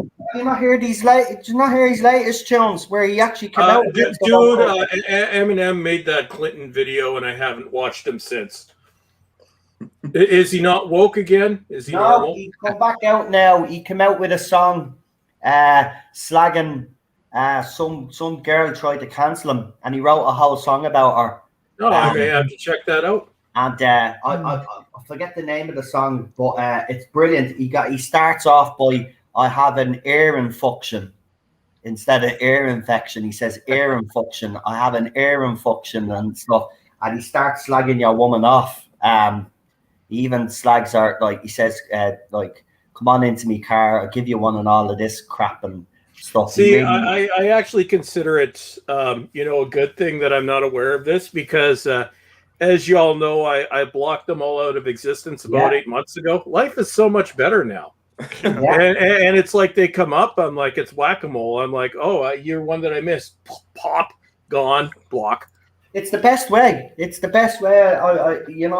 I should have listened to everybody that was telling me to do that for the last couple of years, and I would have saved myself a lot of fucking hassle and grief over the last couple of years. Yeah. But lesson learned. It won't happen again. Like, who told you this? Who told you this? We've been telling you this. I've got my Happy Who fam avatar up. I like it. Beautiful. But I've got the horse. What is all that? This is our Doctor Who fucking pictures. Why am I looking at Jodie Whittaker? She's the captain's got Tom representation. Like the young Doctor. Captain. Better confuse Tom Baker, yeah. Yeah, we need some. We have some people with taste on this fucking panel. Yes, and I must say, Melina, I must apologize for calling you Melissa. It's the wacky Canadian tobacco. No. But you're in Puerto Rico, correct? Yeah. Mm-hmm. I love your country. I went there about 10 years ago. Actually, oddly enough, some of my highest viewed videos were when I was doing tours around San Juan. I want to go back someday. I just had to say that I fucking love Puerto Rico. By far the most beautiful place I've ever been. Oh, a lot of Irish people holiday there as well. Nobody wants to go to Ireland, Noel. I said a lot of Irish people go to Puerto Rico. I fucking love Ireland. I visited Ireland a few years ago, and I wanted to regret not going to Ireland when I was in the UK. So. Yeah. See, gorgeous. no, Ireland built the Titanic. but we have beaches and Yeah, you can go to San Ireland's got Juan, beaches, and just rocky ones. and we have one of the most beautiful beaches called Culebra because the water is so clear that it reflects perfectly with the sky and it looks baby blue. Absolutely. Ireland Sea is clear. It's And the just clear sands enough are you can see all the shit white. in it. That's all. And let's see, we have El Yunque, which is a national forest. I mean, I work in tourism, so so it's a bonus. It's not a defend the country here because I feel like it's being unjustly like enslaved here. No, the country has nothing but rain. No, it's it's called weather. Just about to say, Lee said that it's that clear that you can see the shit. No, we actually move our shit to a processing plant now, right? So airspaces are shit free. But no, I come from the land of the trees. I come from the great Canadian North, and we got beavers, actual beavers with beaver hats. True south. God, send me some Tim Hortons, man. I fucking dude. Okay, Tim Hortons is like fucking crack. Oh yeah. I have 2 bucket-sized Tim Hortons a day. I'm surprised my heart hasn't exploded. Shall we talk about Dan Slott?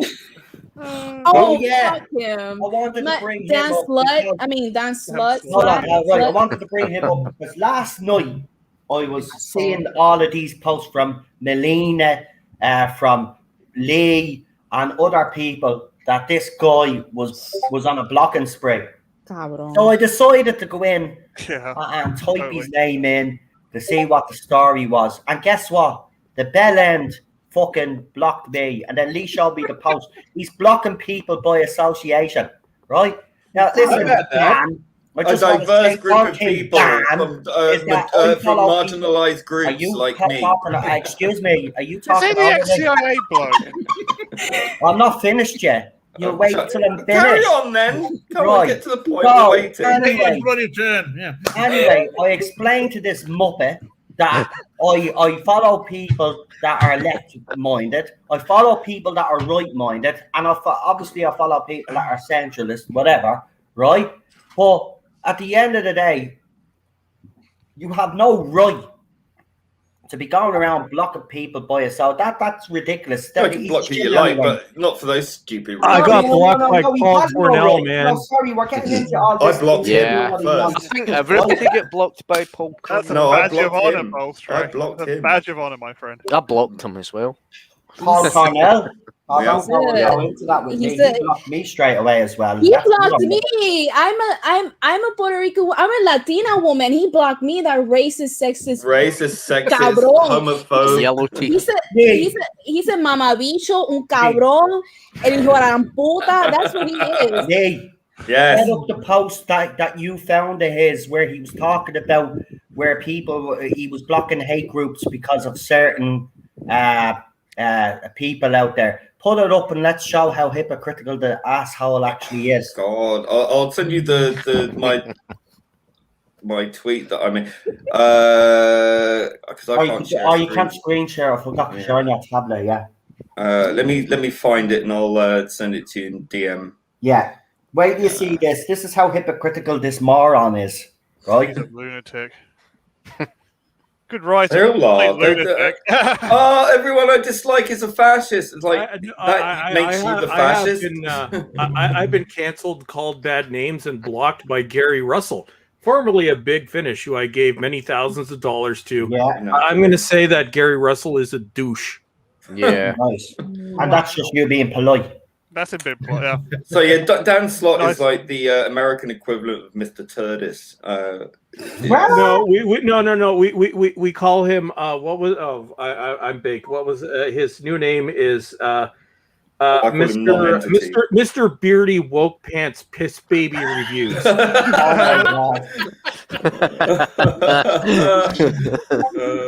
And again, that Muppet is talking about things that he shouldn't be talking about. Why are you giving him like he's a fucking loser? Like I just don't give him the time of day. Mm-hmm. Yeah. I once tried talking reason with Mr. Beardy Woke Pants Piss Baby reviews, and it went. I'm like, okay, we'll have a conversation. We'll see where you're going with this. I went in circles for a fucking hour. Yeah. Oh, geez. Like there's no point. I gave him a chance, and yeah, fucking Piss Baby. The headache after that you must have had. Yeah. Oh, I did. Yeah, we've all been there. Oh, I've had those. No, Noel will attest. Before I blocked them because I said fuck it. Noel is my witness. I have actually tried to make peace with some of them. I've tried to see a reason with some of them. And Noel, given as you were involved in some of these conversations, how did that go? It didn't go down too well at all. No, it didn't. I got canceled. It didn't. Listen, the bottom line is, right, we have tried to,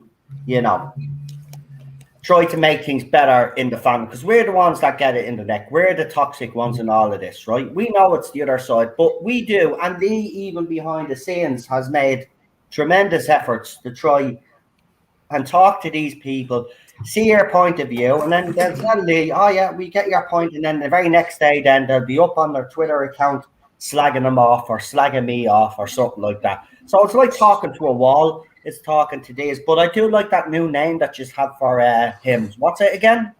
Oh, okay. So everybody write this down. Right. Mr. Beardy Woke Pants Piss Baby Reviews. Right. That's his new name. Can you? Okay, so read it back to me, Noel. Oh, for fuck's sake! Don't Don't put me on the spot like that. Mr. You were the one that invited me. Mr. Beardy Woke Pants. Birdie, piss face, I just call him amorphous blob non-entity. That's what I call him. You guys go with. Well, you see, Mr. There was a very dark day about 3 years ago when a certain person who shall remain nameless passed Mr. Beardy Woke Pants Piss Baby Reviews in subs on the thing called YouTube, and he didn't take that well.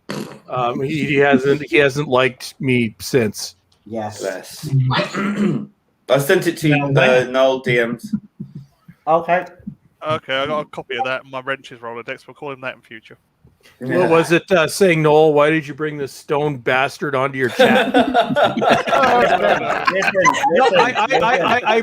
I claim innocence. I don't normally go on live streams after. I know you don't, but you're a friend. I do. It's my Friday night thing because the week sucks. So I have because it's legal. So we go buy the magical cigarettes and gummies at the magical cigarettes and gummies place. And old Bull Streck works hard during the week. So when he's done, he has some refreshments of the smoking variety and just plans on watching a movie. I hadn't planned on being on a stream tonight. I was actually watching Doctor Who Left Turn, and then I felt like I was going to cry. Oh no! Oh man! Right. So this is his tweet. He says, "I blocked you because I checked who you were following." It hasn't come up yet, Noel. Yeah, it's loading. Yeah, still, yeah. Noel, are you still using the Chromebook? I'm still using the Chromebook. Oh, for heaven's sake. Oh, for fuck's sakes, dude. Do your closest to him. Get him a goddamn fucking Windows PC. Can you see it now? Yeah. Yeah. I blocked you because I checked who you are following. Oh, wait, and you're following a number of accounts that are members of an online hate group who have actively harassed people in the comic book industry who are from marginalized communities, including people of color, LGBTQ+, and female creators. Would you like to check problem being? Oh, guess who I'm blocked by, Noel? Oh, you won't believe it. I just pulled it up. Oh, Dan Slott. Dan Slott, you're blocked. You can't follow or I don't even know who the fuck this is. I have never interacted with this man. That's what I'm saying. I've never interacted with this man. But you missed my response, which was at Dan Slott, even though but it would be in his mentions. So I said, I'm blocked, and I am a marginalized group member of LGBT, but I'm blocked nonetheless. Never even interacted with this POS loser, hypocritical bigot. And then it got shared by Melina, obviously, she's a Latina. and a woman, so that's racist and sexist. And then, of course, just some guy was blocked, so he's black, so that's racist. Yeah, there we go. That's me. See, I say I'm now part of the Dan Slut block train. I never interacted with this coward. Hey, Needle Dick, you blocked a Latino woman. I believe that kind of as part of a marginalized group, racist, sexist, hypocrite. Yeah, and the thing is like what he really means to say is these groups of people which I use as an argument, but in fact it's the people who are those parts of those groups who agree with me politically. All the other marginalized groups who are even more marginalized than the ones he agrees with, because we are not listened to and treated like shit. It's those other marginalized groups that I don't like. Yeah. I just want to. So is this right here? Is this the dude that blocked me? Yeah. Oh shit! Can I just say before we get in, because I've got a funny feeling now what's going to happen. Don't mention the fact that he's big, right? I know what you're going to say. He's blah, blah, blah, blah. But I don't want to get into all of that slagging business, right? It's just a weak-minded. Listen, he's just a weak-minded, dickless man, right? That's all he is. He hasn't got the balls to actually. Just a minute, just cotton picker. Is this the guy who's supposed to be ex-CIA? Well, he has chin balls. That's yeah, I know. Hold on. Okay, I'll stop. Ex-CIA. That's ex-CIA. He's supposed to be ex-CIA. My God, no wonder Afghanistan's gone to shit. I'm surprised Joe Biden didn't bring him into his administration. Yeah. Jeez, that's ex-CIA. Noel hasn't cottoned on yet, has he? What? I can't see what. Oh, nothing. No. I'm just writing some criticisms. Right, but that screen is small. I can't see it. So whatever you're writing, I can't actually see because it's tiny. Oh, it's innocuous. It's nothing important. Listen, don't do anything to get me into trouble now. Mum, don't do anything to get me into trouble now. Dan has no balls. Yeah, you didn't see nothing, Noel. Should I save that? Nah, I ain't gonna say that. There we go. You saw nothing, Noel. Yeah. Yeah. What did you say? Belly's gonna get you?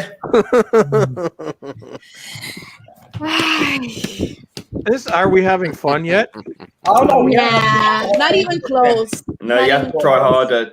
Do better. So anybody in the chat there blocked by him, let me know. Do I have the big screen just to see what he's like? I can't say his name. Will Wheaton. Here's Microsoft Paint. Oh, here I should do a turn here. So let's see. Can I block him? Let's see. So Mr. Blocky Fucky stuck my nondescript thing to get Noel in trouble. Oh, you gonna block me there, you fucking Danny?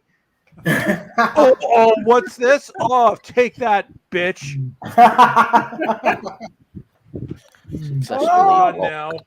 Chris says he's on the ban list as well. Holy shit. I never interacted with this. That's the thing that baffles me.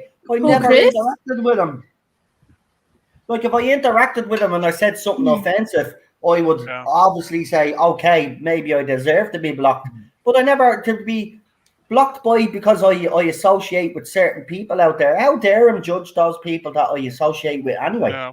Well, exactly. You know what happened, right, Lee? You know what happened with this famous person who called me out because I follow Ben Shapiro. Like, what the fuck does that have to do anything with Masters of the Universe? It's like I don't have to agree with everything he says. Yeah. I don't have to agree with anything what all of you say. I can disagree in your face. Like, I don't agree with you. I have no problem with that. Exactly. I can and the point is like it was all about Masters of the Universe because I didn't like the series. I hated the series, and then this bitch comes and she says, "Oh," she showed the list and said, "Oh, I follow Ben Shapiro." It's like, what has Ben Shapiro has anything to do with Masters of the Universe? What the fuck does that anything to do with Masters of the Universe and how bad it is? You know why they say that to you, though? Because they don't have a cohesive argument. They don't have a solid argument to come back at you with. So they use whatever. Yeah. I'm still waiting. I called her out. I was like, bitch. I was like, you don't want, you don't tell me who I follow, who I don't follow. Like, how dare you to tell me that? And she's like, and she tried to make it all about Ben Shapiro. Yeah. She's like, oh, you're sad or you're triggered because I called you out on your Ben Shapiro. It's like, no, you just pulled that out because you have no solid argument at all. You can't give me a solid argument of why Masters of the Universe is a piece of shit. And she's a hypocrite because she's kissing, she has her head far up of Kevin Smith's ass, okay? And she's a fucking hypocrite. Like and she's an anti-Semite. And she's over here trying to tell me, and she has like a 12K followers, and she quote tweet me in her page. Obviously, in her cunty followers were obviously like after me. I was like, okay, you know what? I can take it. I was like, I've been through Hurricane Maria. I've been through Hurricane Irma. I've been 3 months without electricity. It's like, try me, bitch. I mean, we eat white bitches like her for breakfast. I dare her. The irony here, though, was like her amorphous blob followers. When I went in to defend my friend, they were the ones who were acting as her mouthpiece, and then called me a white knight. It's like, irony. Please. And then the little things, the little memes they try to do, and first of all, I looked. Okay, all right. I'm gonna sound like a mean girl, okay? But I looked her up, and I was like, what the fuck is that? That's the bitch who went after me. Really? And then she complains about Ben Shapiro, but yet she's living in a conservative state, which is Texas. Okay, she's the whitest bitch I've ever seen. I'm like, are you serious? It's like, I want her to come. I mean, I've heard things that she likes to dox people. It's like, I will love her to try to dox me, bitch. I mean, come here. We eat bitches like her for breakfast. I want her to come over here. I know people. My aunt knows people. Okay, so really, come here to this neighborhood. We like white bitches like her who talks about like oppression and her being oppressed. I want her to come here. I am waiting for her to come over here. It's like, oh, be careful. She likes to dox people. No, dox me. Dale, cabrona, dox me. Ven aquí, puta, ven acá. Come here and dox me. And say it to my face. Say it to my face right now. And let's see if she's not hiding in between Kevin's ass cheeks. Let's see if she wants to come over here and say that to my face. And friendly reminder. Never with a woman. Melina. Yeah. Fucking love you. Yeah. Sorry, that was Tom King who's ex-CIA, but I can't tell the difference because they're both as bad as one another. Oh, he's another dick as well. And there's this another guy. What's his name? Oh God, I forgot his name. There's this another comic book writer who blocked me. I never interacted with him. I think it's Espinosa, something like that. I can't remember. Tissue paper thin skin, these people. I know. Why? I mean, you have to be like an extreme, like very harmful person. Like you really want to do harm for me to actually block you. Like I did it with this bitch. I don't want to say her name, but this bitch, I blocked her because her intentions were really wanted to harm me, and when she wanted to send people after me, I was like, no, it's not going to work with me. So I started blocking. But to block because of different like political differences, that's just so stupid. Like I said, I don't have to agree with everything you say. It's ridiculous. I mean, even if I disagree with you, you have to be extremely, I don't know, racist or extremely sexist to the point of like, okay, you know what? No, and I'll unfollow you. I don't need to block you, but I'll just unfollow you. Yeah. that's the whole point of like conversation. Not everything has to be black or white, right? And the irony here is that I have borderline personality disorder, and part of that condition is everything is black or white. And here I am trying to make everything, in between, everything balanced out. Not everybody. You're trying harder than that. Melina, you handle it well. You handle it well, Melina. Really well. Oh, thank you. It's pretty bad. A condition is really harsh, but at least I do my best. And if I say something like offensive, like I said in the past, like I said some things that are really cringy, and I regret it. And what I do is that, okay, I learn and I grow and I make up for it for being a better person than I am today. And that's the whole thing. Even the same group, like I am a Christian. Even Christians among themselves don't agree with everything.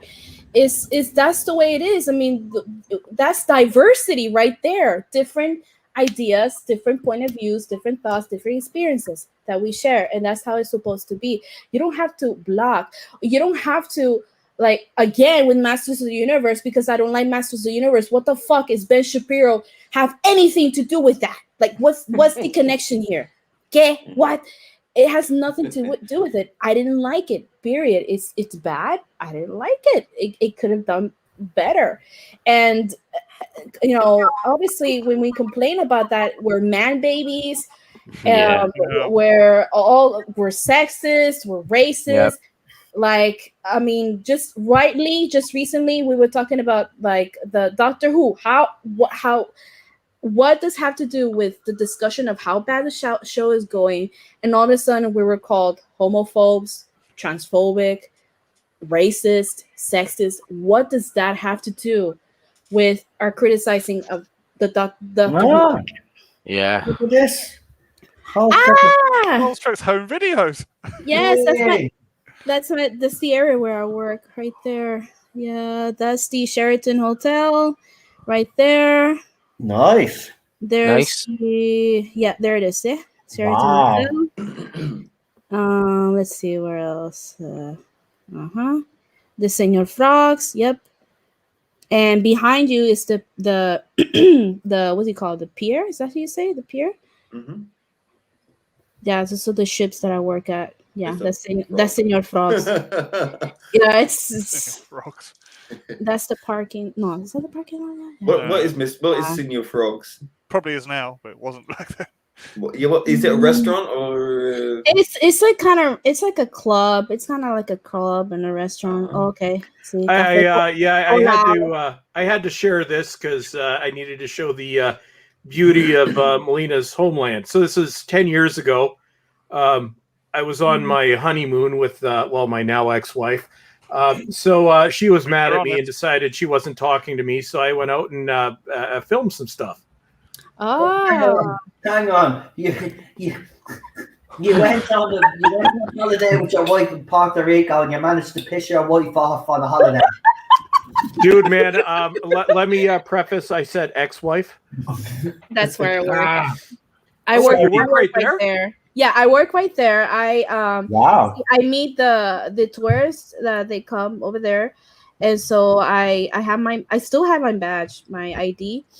Yeah. And so I work all that area. That's my area right there, and it's pretty fun, but it's $8 an hour, US dollars an hour. Wow, it's not that great. I mean, the job is fun, but it's not. I mean, it's sometimes not worth it because I do a lot. I work a lot. But that's the pier, and we have two. Those are the ones that the ships that come like Royal Caribbean, like the Princess. I was on. No, this was right before we left on a cruise. We were on the. It was. Celebrity Summit. Yeah, Celebrity Summit. Yeah, I worked with that one too. Mm-hmm. Nice ship. No, I'd love to go back there someday. But yeah, this video somehow has 64,000 views. Wow. And this was before I made it anywhere. This video just kind of took off, but just me walking around filming stuff. Yeah, it's really People beautiful, like- and the people like that. food and the music. The food is so good. I mean, that's actually one thing. If I ever think about moving to the States, I'll be like, I don't know, because Thanksgiving is so different from the UK and from the Americans. It's so different. The food is so different. Like, you guys have, what do you have? Yam, cranberry sauce, Yeah. stuffing, and it's like, Yeah. what is that? Gives me the farts. I tell you that. And Obama. Yeah, absolutely. Yeah, chicken and stuffing gives me the. Oh no! You think our Thanksgiving takes place in our You're ripping out your ass. I know. You're like, oh. Especially the Moving onions on. with it as well. Oh my god! It's I like, have to say, looking at that video, though, it looks like a beautiful, beautiful country. It is. I'm not just saying that because obviously I'm from here, It does. but it is beautiful. Like that's, what is that? That's it. See, Cuatro Sombra. Yeah. Whoa. Yeah, no, That's well, the this is restaurant. 10 years That's ago, the but snack. no, it's literally, I spent hours walking around that city. It was just absolutely beautiful.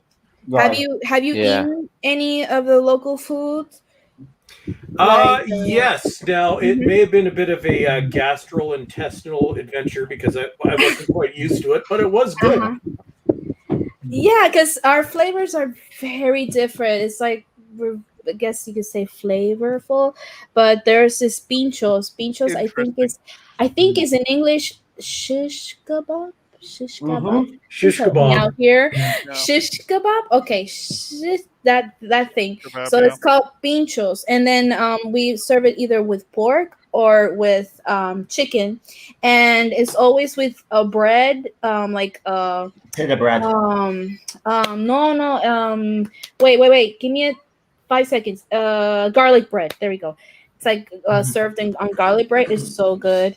Mhm. And there's piragua, which is shaved ice. Wow. It's really Japanese good. have It's really that, yeah. refreshing, especially when you're walking around and it's really hot. Glory, the Japanese have it. Something similar. So yeah, you're welcome all to come over here, and I'll give you the tour. Yeah, let's. Who's up for going to Puerto Rico to meet Melina and to stay in our gap for a fucking holiday? Dude, I'm going back there whenever I get the chance. I'm going back there. Hey, and amazingly, I'm in the same time zone. I traveled like 1,000 miles, and I didn't leave my own time zone.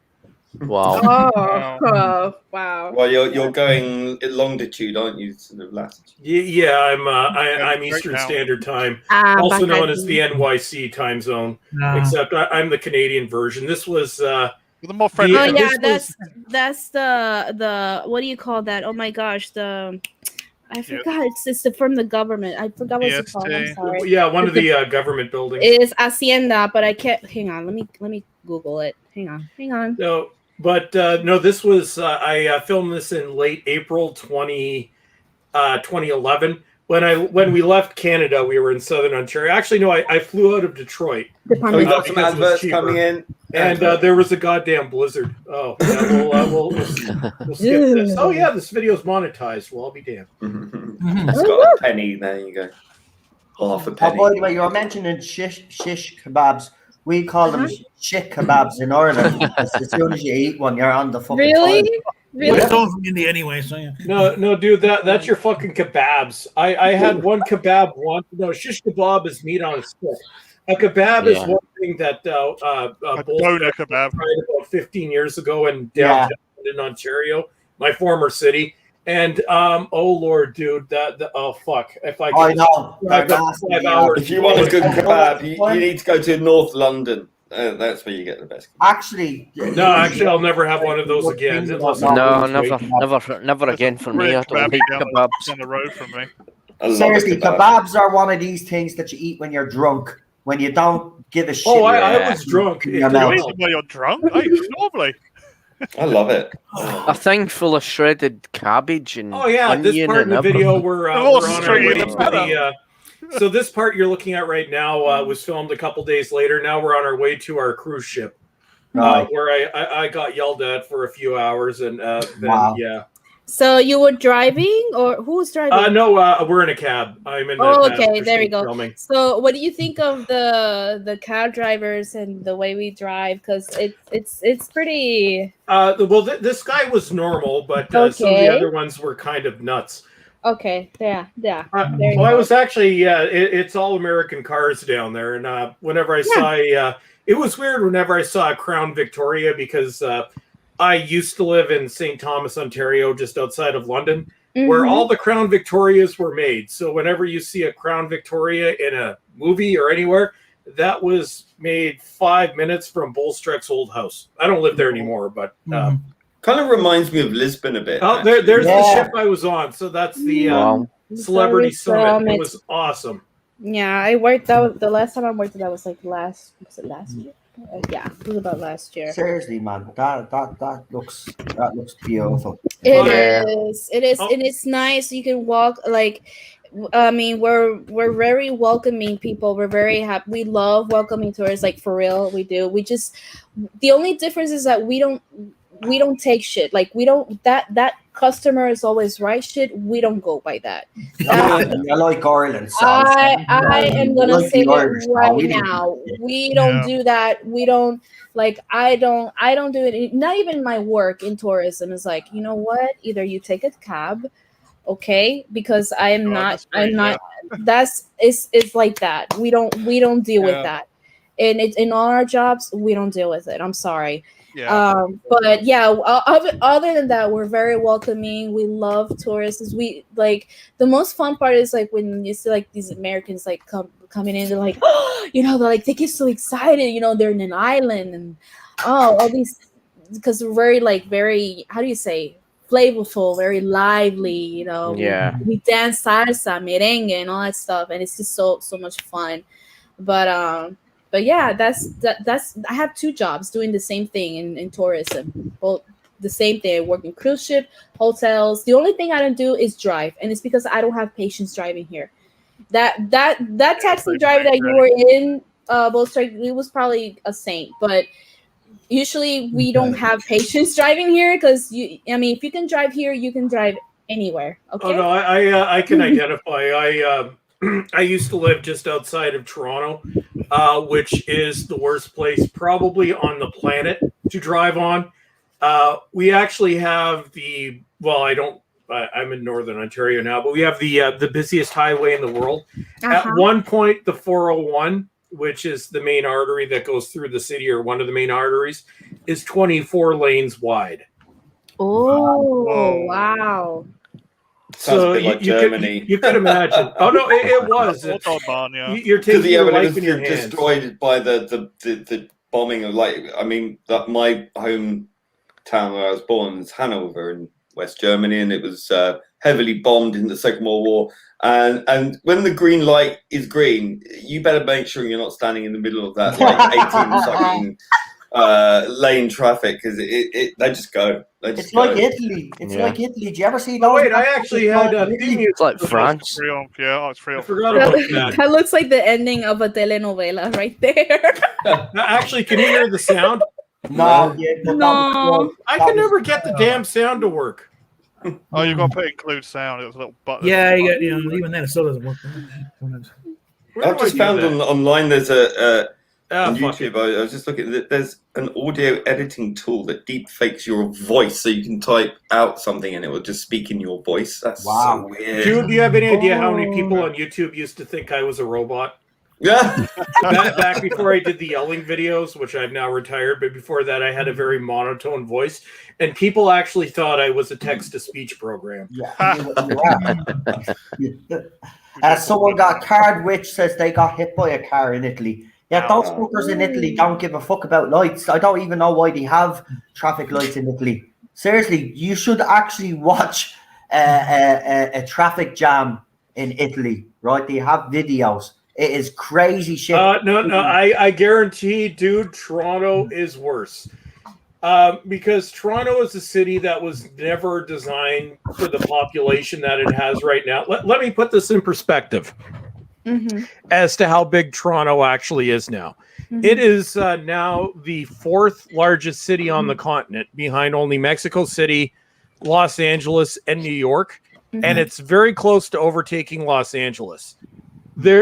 It's 2 o'clock in the morning. It's a traffic jam, which is why your average house price, I believe this year it's now 1.2 million. But I think the greater Toronto area right now is approaching 10 million people. It's fucking nuts, which is why I don't live there anymore, because it was hell. By the way, got something to show you, Bolster, because you haven't probably seen this. So I'm just going to play it. And then is it going to make me mad, Noel? No, it's not. And you can don't ruin my buzz, man. It's Happy Day Friday. It's almost 70,000. This is going to enhance your buzz. So look at the screen very carefully now, right?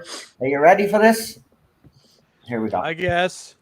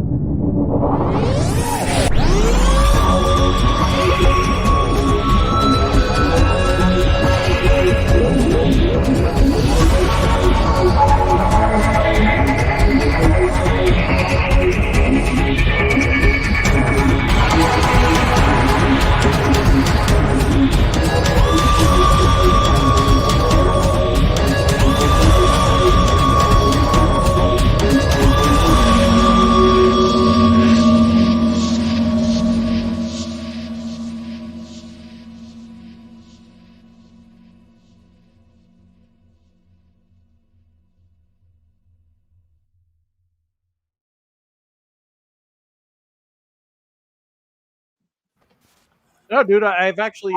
You made that, didn't you, Lee? Yeah. No, actually, no. I think that's fucking awesome. And I know with Shoot for 14, I have used the hashtag a few times. Although with me, it comes with a major caveat, which everyone knows.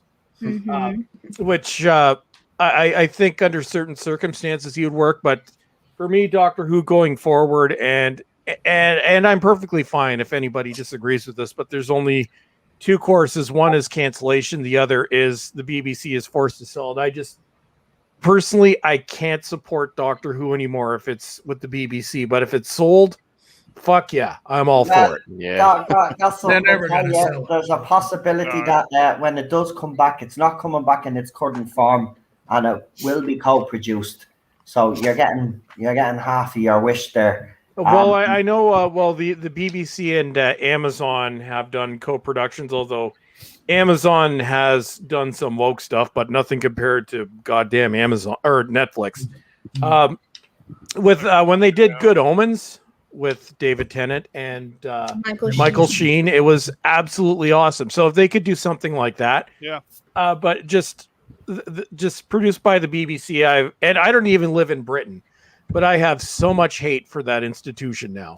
And to clarify, I'm a Canadian, but everything that I used to watch up until about 5 years ago was BBC.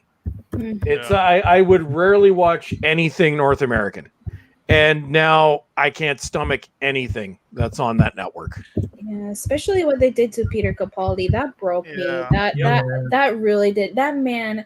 Okay, yeah, whatever. I'm a huge fan of Peter Capaldi, but it's just that he deserves so much better. And it breaks my heart, like knowing how happy and excited he was that he got that call, and he was in the 3 months. I'm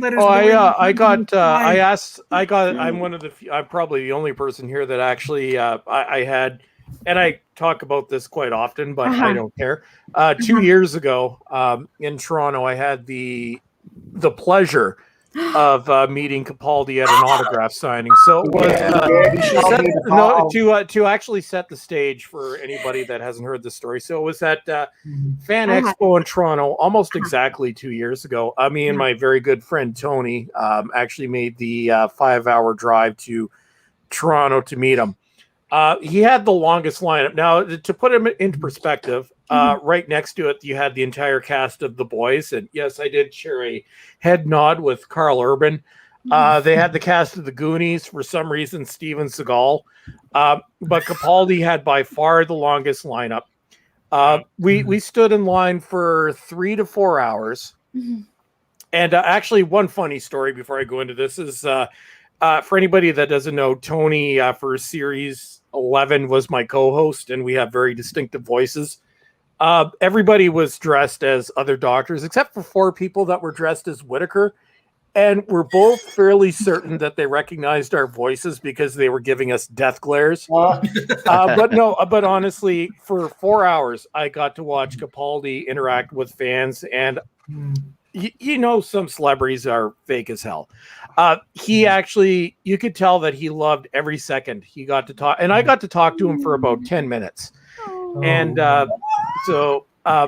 but one of the questions I asked him, because up until they went woke and fucking shit themselves, I was a big Finish fan. And now it's funny, my friend Tony was actually, she was speechless, starstruck, but it's me, you know, old ornery bastard, so I'll talk to anyone. But no, Capaldi and I, we talked for probably a good 10 minutes. Yeah. And at one point I asked him, like, is there any chance of doing any Big Finish? And this was actually right after he'd filmed The Suicide Squad, because his head had been shaved. And he didn't say what he was. He's just like, he actually knew my name. He's like, what, Chris? I'm like, oh, well, Chris, well, yeah, I've actually done a really big movie recently. It hasn't been announced yet, although obviously it was Suicide Squad. But I'm like, and he's like, yeah, just call me Peter. I'm like, awesome. Well, Peter, any chance of doing Big Finish anytime soon?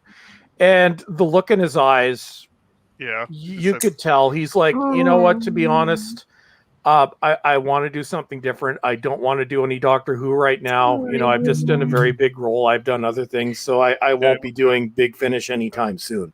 So I've actually witnessed it in person. I've seen it on his face, what they did to that man. Yeah. My eyes watered.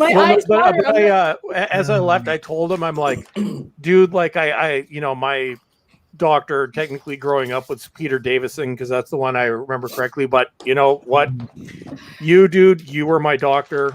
You made this role. You were probably the best actor ever to play the Doctor, and you will always be my doctor. And I just want to say thank you for giving us 3 awesome years, my friend. You're gonna make us all cry now. I'm crying. I'm like, no, it was actually it was one of the proudest experiences of my life. I'm like, you know, a dude like this man is one of my heroes, and he's the only doc, because I've been through every regeneration from Tom Baker to Peter Davison.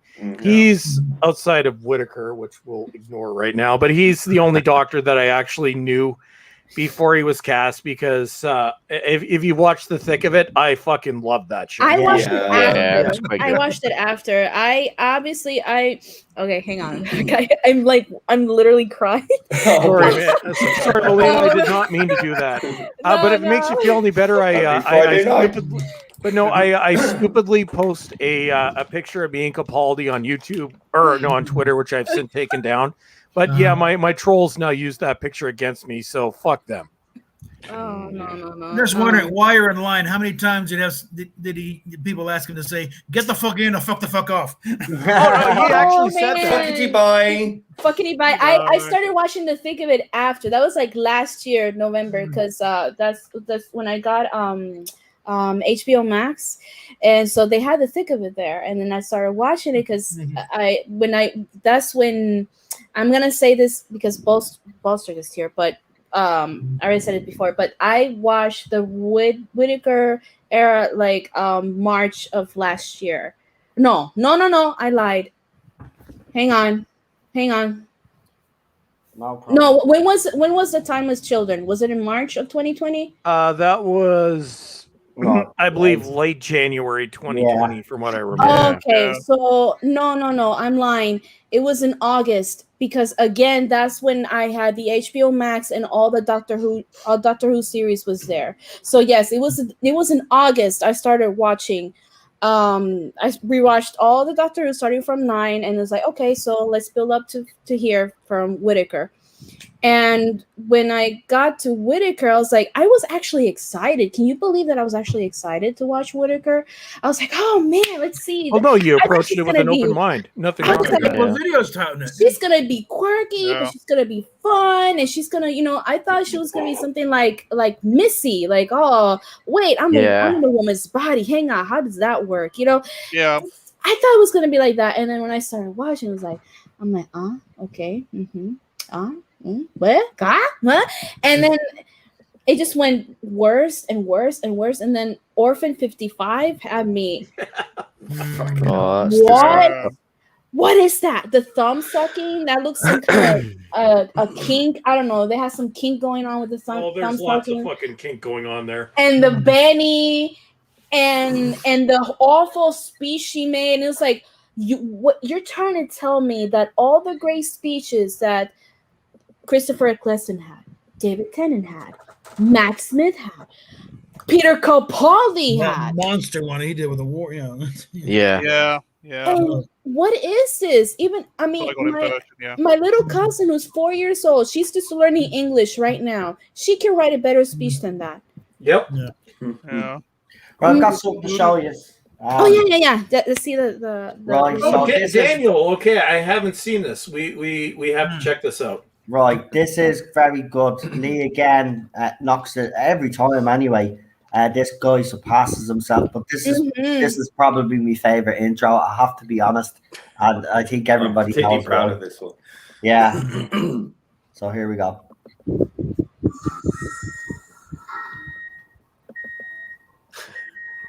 I can't wait for this part.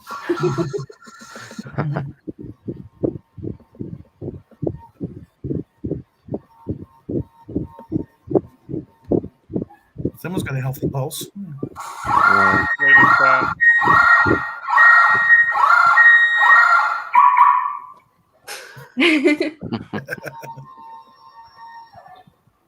That's so great.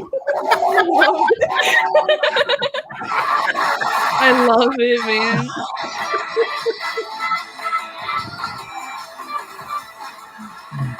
I like it.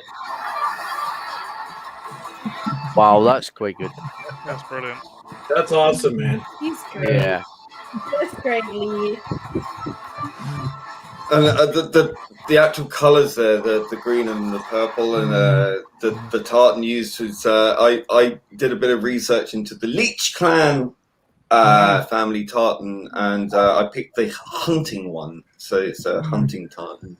So I thought that was appropriate. But again, actually, oh crap! I just Daniel actually sent me that, and I didn't respond. Daniel, I am so sorry, my friend. I'm just looking at my my message. You ableist. That's it.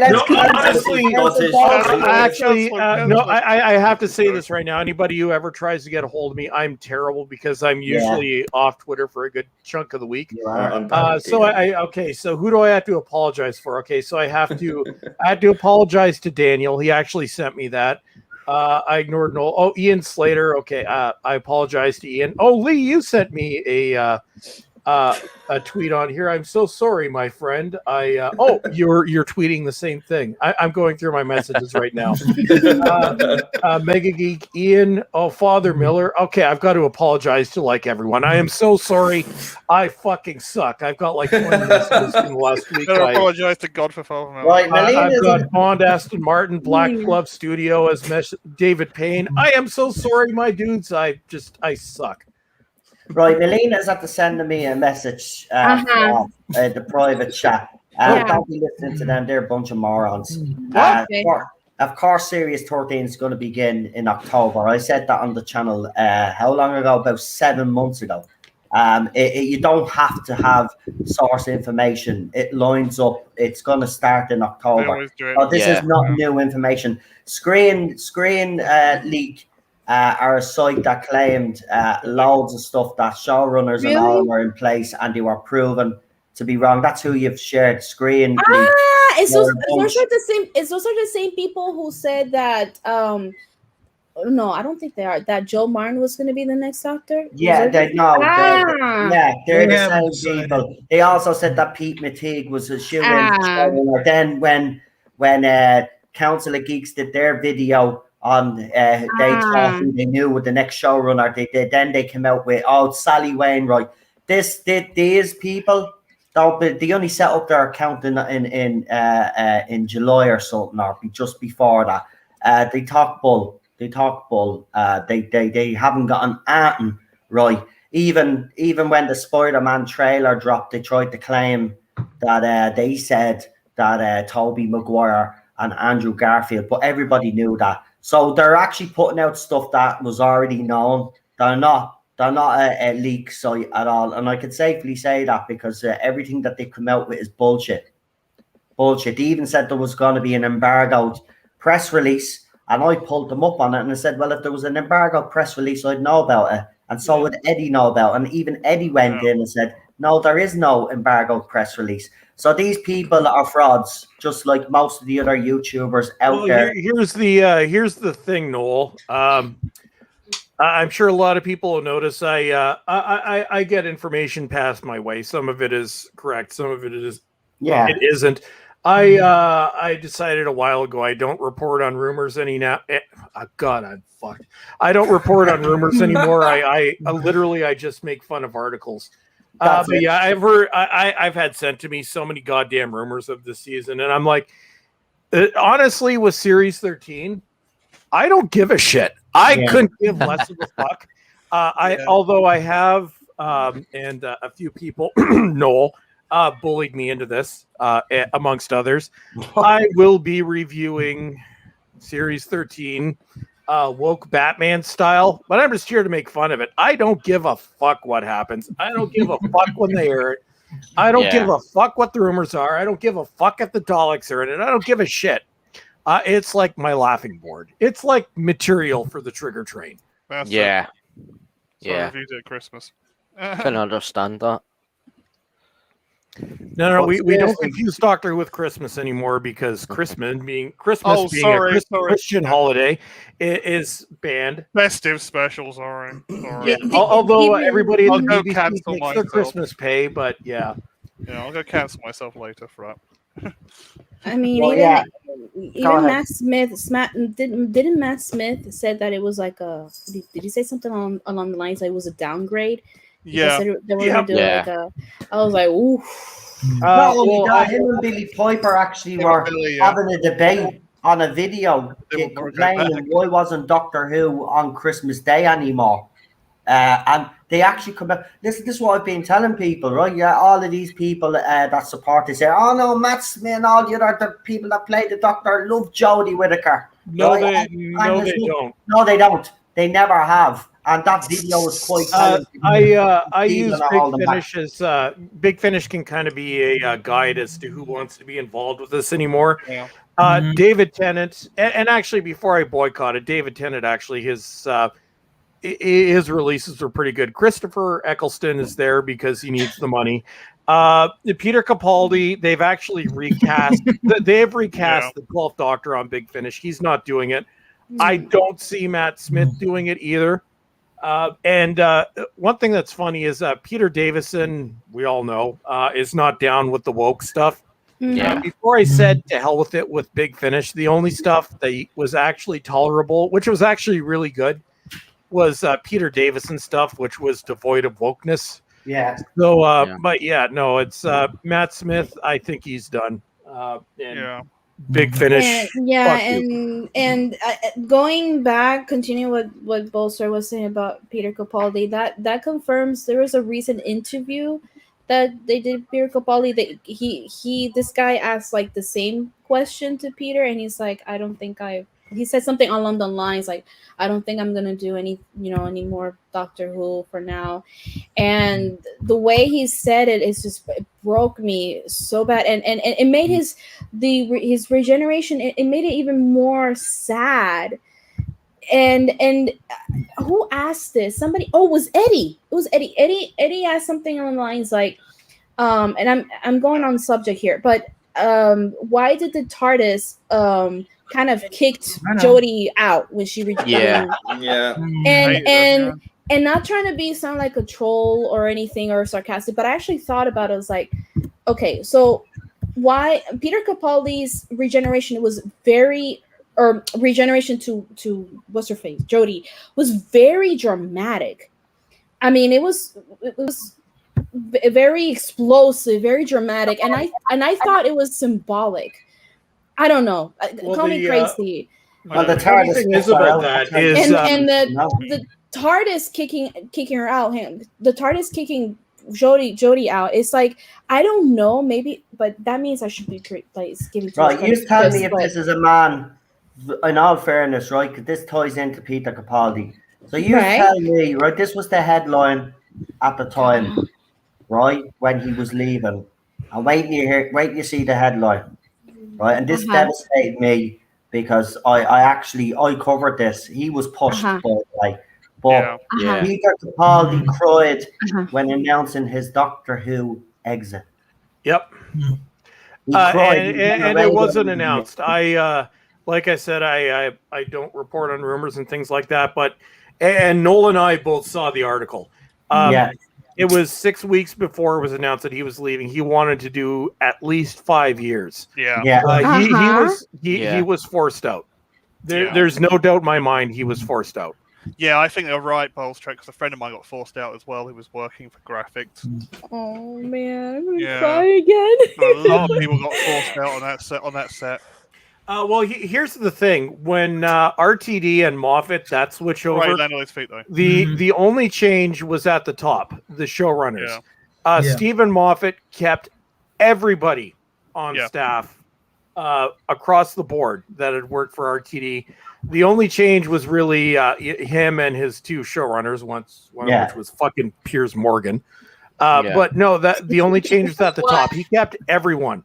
When Chibnall came in, he fired everyone across the board. Yeah, everyone. People had worked for Eccleston. They'd worked for Tennant. Really? Yeah. Smith. Capaldi. All of them. Yeah, it was no. That's why he put up that picture of his diversity hires. Everybody who worked on that show was fired. Yeah, there's not no, that's what he did. Era that works on, including Murray Gold. What? Hang on, wait. Murray Gold said he was leaving, but I reckon he was pushed as well. Yeah.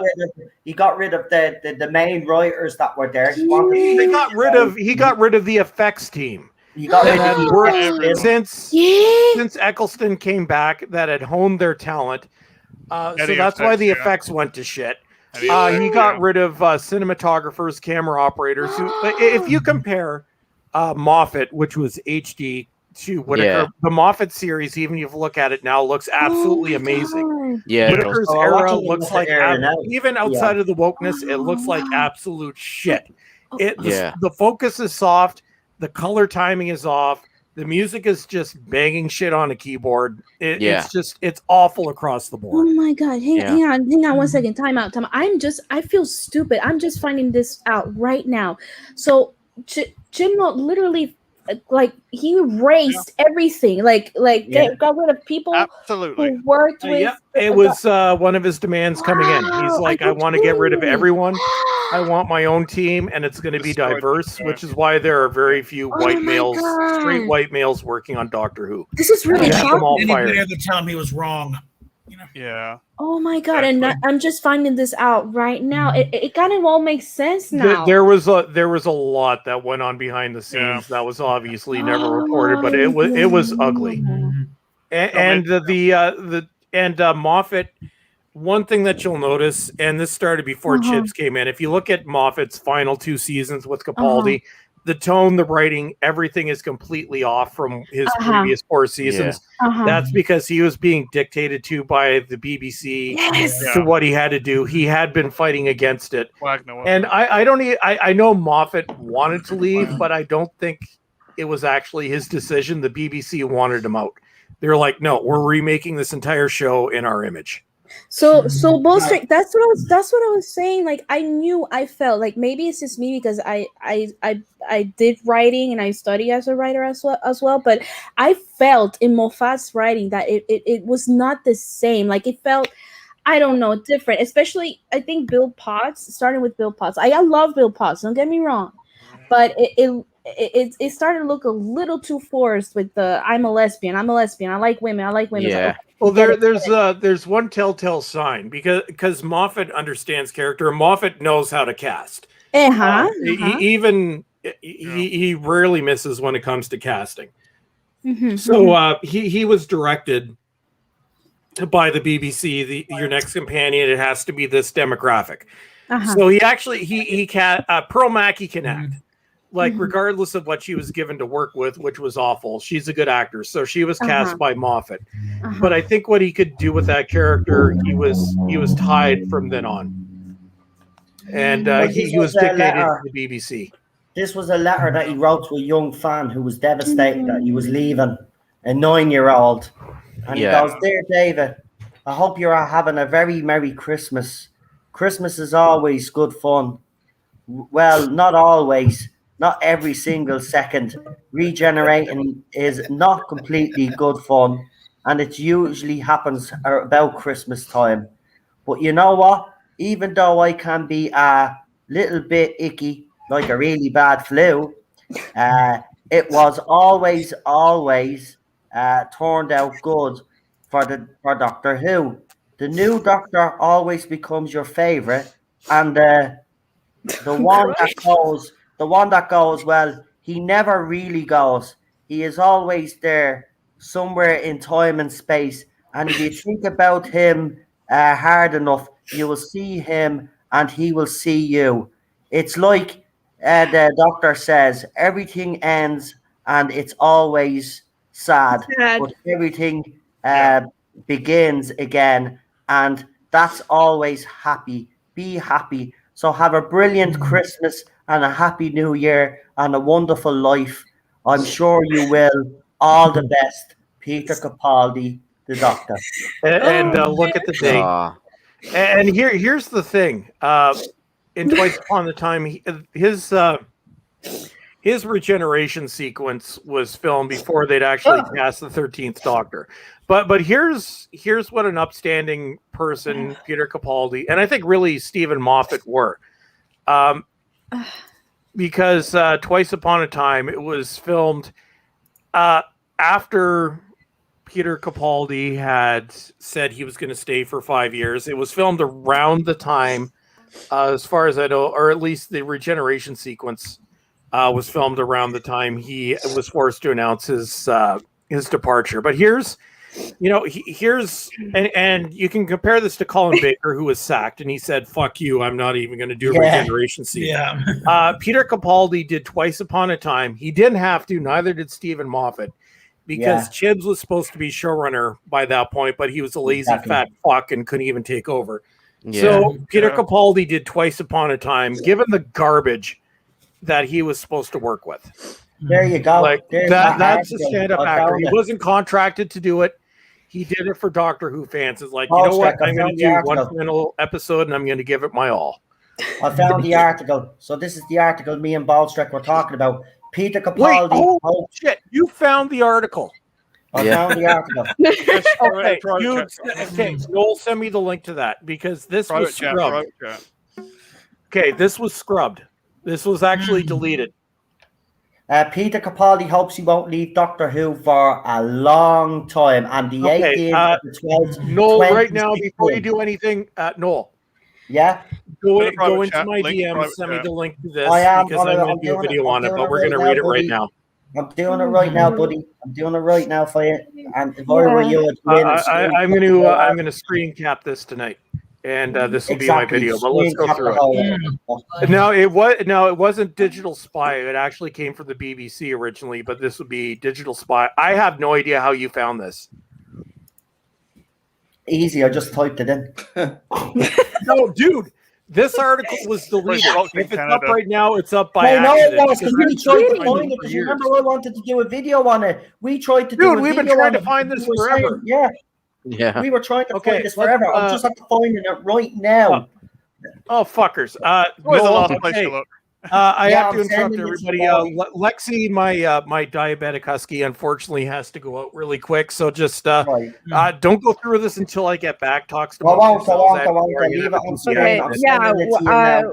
But Ricky send me the prayed. link because this is getting a video. I am. Melina, are you okay? Because I can hear you in the background sobbing. I'm sorry for upsetting you. Jesus Christ. No, I've gotten everybody emotional tonight. This is supposed to Truth be a hurts, fun but stream. it's No, good that wait. you I know. don't know why. It made me cry. No, yeah, You know, though. You know what happened. You know why Why? you're crying? Do you know why you're crying? You know why you're crying? Like most fans, when they were upset he was gone, because his doctor meant a lot to everybody, meant the world to people. It did. I don't know why I'm crying. It's so stupid. Don't worry, no. I had the Right, same feeling. the computer's gone all haywire, but Bolster Ay, can ay, ay. the article to you about 5 times. Oh man, it's just like I think it's a when he I cried. Okay, I cried when Eccleston Shows you care. regenerated. I cried really hard when David Tennant regenerated with Matt Smith, but it hit me harder with Peter because it was more like a regret, you know? Yeah. It's not like for example, like I mean, okay, fine, Eccleston I think he had problems and whatever, but at least okay, he left with I guess dignity, and David Tennant felt like, okay, it's time for me to go, it's time for me to step off. And Matt Smith, the same thing. It's like they had like that choice, but with Peter it's like it felt like oh well, like I have to go. I mean, I don't want to, but it's like I have no choice, and it broke me, it breaks me, and I don't know why. It's just I think I'm crying not just for Peter, but it's Doctor Who, the series, because it's. I mean, come on, let's admit here, it's an escapism. Doctor Who is something that you look forward to. I mean, I am just a girl here with all these things going on in my life, and I escape with Doctor Who. I learned a lot more English with Doctor Who. I learned a lot of things in the UK from Doctor Who. I didn't know what was chips. I didn't know what chips was. I just found out what chips was. Like I learned so many things about it, and it was an escape for me. And it just, oh man, I can't believe that they all threw it away. And it's like a big dump on the fans. It's like we don't matter anymore. It's like we don't matter. What are we? I mean, we love the show, and it's like right now it feels like like, oh fuck you all, like fuck that's you. Exactly what it was. That's exact. See, me and Paul Streck were actually the two YouTube channels that covered this, because we were adamant that we had seen this article and people were telling us that we were lying, that Peter Capaldi had never come out and said that he wanted to stay with Doctor Who. And I'm literally at the finding the article now. I can't. We've searched for this though. That's the weird thing. Ballstreck has searched for it. I've searched for it because I was doing a video on Peter Capaldi. Other YouTubers were looking for this article, and I'm just at the finding it right there and then now. Look, it's disgusting. This man was my doctor too. Like Ballstreck, I'm not going to lie. I was very upset. I was devastated. I cried like a baby. And I'm starting to get upset now because I'm thinking of the timeless children now, and I don't want to go there, but I'm thinking of that. He was pushed for that. He was pushed for that. Not even Jodie Whittaker. He was pushed for that rubbish. Right? And this man, look at the letter. Listen, there's plenty of examples out there of the generosity and the kindness, and he's just a beautiful soul. This man has done so much. That poor kid was devastated. He took his time out of his time to write a letter, even though he would have been heartbroken writing that letter, thinking about the way he would have felt when he was a kid, when his doctor regenerated. That's why I love this man. He's still looking. He is and always will be until they fix this fucking mess. He's the last doctor. Exactly. I'm sticking with 12, and one thing this is another thing. Doctor Who doesn't feel the same thing anymore. Like, you remember when you watch videos on YouTube of San Diego Comic-Con and how everybody got so excited, and how much Yeah. All of them. I mean, all of them. Obviously, David Tennant and Matt Smith, but Peter Capaldi. My gosh, he loves. I mean, you can tell he genuinely loved the fans. Oh, he loved it. Yeah. He really did, and he's like, I don't. Oh my god. My favorite was his reveal. I have to Ay. say, my favorite was his reveal because when Yeah. he came out, it was in front of a live studio audience. He was like Yeah. a little 10-year-old bouncing. around his chair. Question. Who here, hands up, Right. who sort of stood up and cheered when he was announced? Like, I did cheer. I did. I kind of punched the air and I said, yes. I don't know him. I didn't know him. I'm sorry. It's not like I did find him attractive, but because I am a little into silver foxes. But I was like, oh, okay. But obviously, I'm not from the UK. I don't know. So I was like, oh, okay, this guy. But I didn't know. But then when I started watching him, it's like, whoa! And I loved his accent. Okay, I'm a sucker for that. I loved his accent. I love the way he. Oh, you're in Super John. Okay, so I'm back, but I can tell you for a fact that this was taken down. If this is up right now, it's by accident. Yeah, but that's what I was telling them about while you were gone. Me and you were the only two YouTubers that were covering this. This wasn't the article though. The one that was removed was from Radio Times. But let's take a look at this. Yeah. Right. So it says Peter Capaldi hopes he won't leave Doctor Who for a long time. I don't want to escape the idea that I am Doctor Who. And look at the date, because the date is very important there. Right. It was the 18th to the 12th. 2016. And for anybody that doesn't know, in terms of filming, by this point, most of Series 10 had been filmed. Because Series 10, because Doctor Who was usually in production at least a year before each season aired. So by this point, they would have been filming maybe the last 3 stories. So most of season 10 was done when this article was published. So it says Peter Capaldi doesn't have any plans to quit Doctor Who anytime soon, it seems. Speaking to the Andrew Marr show today, December the 18th, the actor said he hopes he'll be the Doctor for a long time when asked by Sophie Raw when he might be leaving the iconic role. I don't want to escape the idea that I'm Doctor Who. It's what's that word? Infinite, is it? Finite. Right. I won't be Doctor Who forever. So there will be a day when people don't come and say hello, Capaldi outlined. I don't know if that original tweet is actually still up by the Andrew Marr show. That'd be very interesting, actually. He also took time to reflect on the role of the Doctor. It is really a unique position to be in. There are only 12 people to have played this role, and you become the focus of affection for the role. You stand on the shoulders of everybody else who has played it, and they've done all the work. I just turned up and looked alarmed or excited or blew up a Dalek here and there. I just love the way he's so, he's respecting everybody that came before him. One unexpected fan of the show is current British Prime Minister Theresa May, and Capaldi has a special message for her. I hope she takes this message of tolerance and kindness and compassion to heart, he noted. Capaldi's next outing as the Doctor will be in the Doctor Who Christmas special, The Return of Dr. Mysterio, airing on Christmas Day, when Doctor Who used to be great. Attention will turn to the full 10th series in early 2017. So again, Ballstreck, there it is there. Ballstreck is absolutely spot on what you just said there. Wow. He had no plans to leave.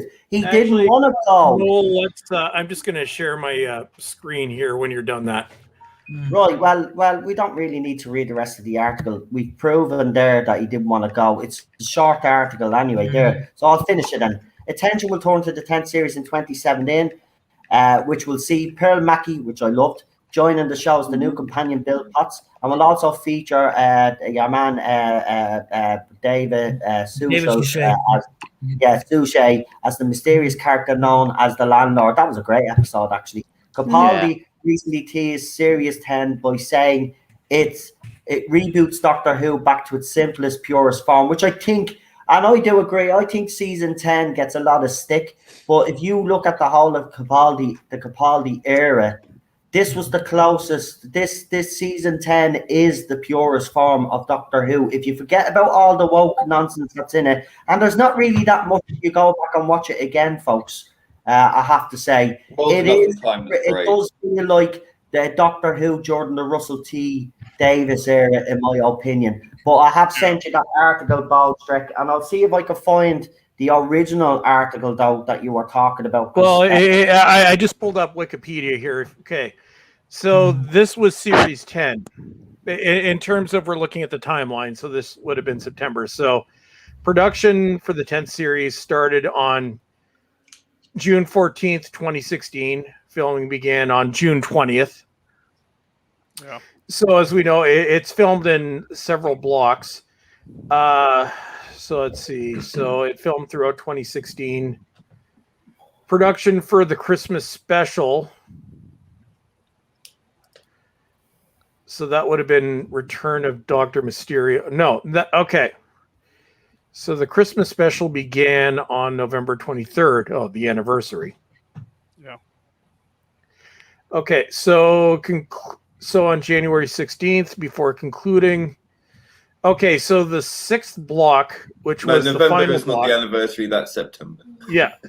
So the 6th block, which would have been the final block, so started on January 17th, 2017, concluded on February 22nd, 2017.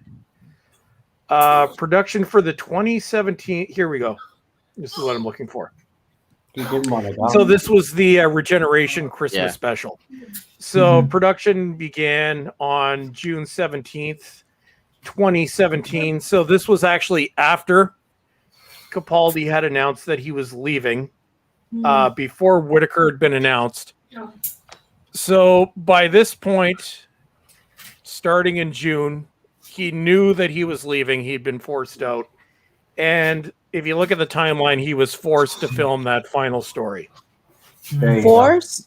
You're saying the word it was November, force. sorry, not September. So I think I would say forced. I would say because he was a Doctor Who fan, because he was devoted to the show. Right. Unlike no, we spoke about Colin it. Him and Moffat had already wrapped up. Chris Chibnall had taken over, but he'd asked Moffat. He says, "Look, I'm not going to be ready for. I don't want to start off my era on Christmas Day. Can you and Capaldi do something?" So Capaldi apparently was already on holiday, and Moffat rang him up and says, "Can you come back? We're going to film one more episode." And that was Twice Upon a Time. That's what happened. Yeah. He'd already left the role, but was asked to come back by Moffat for a favor for Moffat. Here's the date right here from the article that Noel and I saw. Which was from roughly March 2017, which no longer exists. It was Radio Times, but it was March 2017. So as far as I can tell, Capaldi was forced to film 2 regeneration sequences. Because he was supposed to regenerate at the end of season 10, which, judging by the article we just read, was not in the plan. Yeah. And then, so he had filmed his regeneration sequence. Chibs, being a lazy fuck, said, "No, I can't do one fucking episode for Christmas." So they forced the poor guy to film 2 regeneration sequences. And he did it. And he did it. And you know why he did it? Because he loved the show. Because he was a fan of the show. And you know what? That's why we love him. That's why. Because even when they booted him out, they I just heard someone screaming there. Because even after they booted him out, he came back. He came back to do it. And you're right, I checked. The Radio Times article is not there at all. Because I was going to make a video on it, and I was still doing videos on camera back then. And to this day, I'm kicking myself for not making that video. Because I would have had the article. So me and Ballstrick, as I said, me and Ballstrick were on top of this all the way through. People were calling us lawyers. No, there's no such article. He never said he was staying. It was always the plan that he was going to leave and all of this. No, it wasn't. No, it wasn't. No, it wasn't.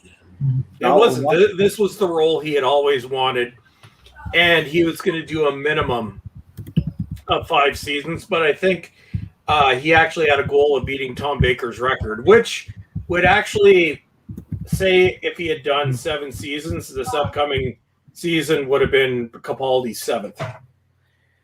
Well, Capaldi was a fan to begin with. 6th.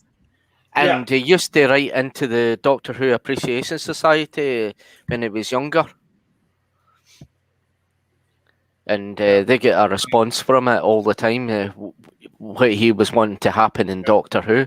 Yeah. So, what Chibnall said, wasn't it? So when he was growing up, he was into the rock bands and all that, and and things like that, and he kind of forgotten about Doctor Who, but he always wanted to be Doctor Who.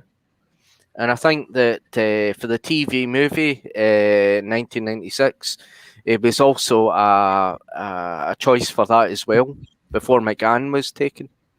See, you just have to look at the evidence, though. You know? It's quite... Like the other fans will say, he wasn't pushed, he left of his own volition. Me and Ballstrick have been banging on about this for ages. We're blue until we were blue in the face. But everybody was calling us out. We remember, Ballstrick, we got a lot of grief over that time. I remember. We were being trolled and bullied over it. And there you go. Ballstrick showed you the timeline. I showed you that article. It all fits. He was pushed. He never wanted to leave. No. Because one of the things that Chibs wanted to do and then was denounce. He wanted to denounce previous Doctor Who, and if you look at one of the things that Dr. Nasty said shortly before series 11 began was Doctor Who had always celebrated the straight white male gaze. Yeah, Capaldi never would have said that. Never. It pissed me off so bad. Well, another thing about the whole situation was I had got a point there and I totally lost it, but it'll come back to me. Just give us a second. Yeah, he never wanted to leave Doctor Who. But then they start coming out with articles, right, where Matt Smith was quoted as to say, oh, this takes a lot of energy out of you and stuff like that. They did an article on David Tennant apparently saying the same thing. And this is what they were saying about Peter Capaldi. Well, the reason why he gave it up was because it was too strenuous on him. He was an older man and he couldn't run around and do all. And this is all the excuses that they came out with over the next few months after he had actually been kicked off the show, because they tried to dampen. They tried to basically sweep it under the carpet. And we were saying, we're not going to sweep under the carpet. We're going to tell fans exactly what happened. You booted that man out for that woman, right? Yeah. That's what happened. And look what you did. Look what you did. 5 years later, the show has completely gone off the cliff. And that's their fault. And you know what? They deserve it for what they did to Peter. They do. They deserve every single bit of shit that they've gotten over the last 5 years. The low ratings, merchandise not selling. They deserved every single bit of it. Because you get a good-hearted soul like Peter Capaldi. And you treat him like that. And then you basically tell him to come back. And I know he did it as a favour for Moffat. But imagine filming one regeneration scene for the end of Series 10, because Series 10 was supposed to be a different ending altogether. And then to say to him, no, we have to refilm now, to do a different ending to Series 10 now, and we're bringing you back then for an extra episode because you have to regenerate all over again. Oh my God. Yeah. I can't believe this. I can't believe this. This is... Oh, man. I'm still in shock of everything I've heard right now. I had no idea. Starting from... when you said that Chibnall pretty much fired everyone, like, what about Murray Gold? Did he actually leave because he wanted to, or did he want to take a break? Gold said he was leaving, but I reckon he was pushed as well. These people are not going to come out and say that they were pushed, because there's always a chance that BBC could rehire Murray Gold. So he's not going to come out and say, yeah, Chris Chibnall Right. dumped me, you know. So, but I reckon he was. Yeah, Chris Chibnall had an idea. His caveat was that he was going to cast a woman in the main lead, and he wanted to do things his way. And unfortunately, Piers Wenger and the BBC gave him the keys and let him do whatever the fuck he wanted. And this is why they're in the situation that they're in now.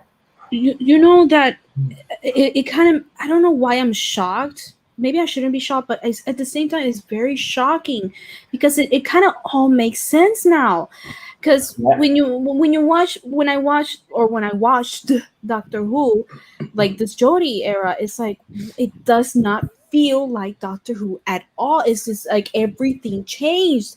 Even even the CGI department, special effects department, like the Orphan 55.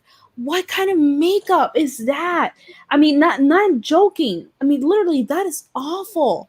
That Star Fox lady, that was absolutely awful, auspicious, and everything. The writing, the Rosa Parks episode that really butchered it. Rosa Parks is one of my favorite historical figures ever, and butchered, and everything makes sense now. And I just can't believe. I mean, I knew that Chibnall was a dick, but I had no idea. There's things that Chibnall did as well.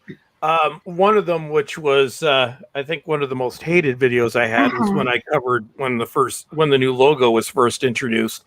But for I think close to 25 years, for all original series merchandise, DVDs, Blu-rays, Big Finish, everything, the logo had always been from the 96 movie, which was originally the Pertwee logo. One of the things Chibs did was it was mandated that his bastardized logo appeared on all merchandise. And you can also see the change in Big Finish, which up until recently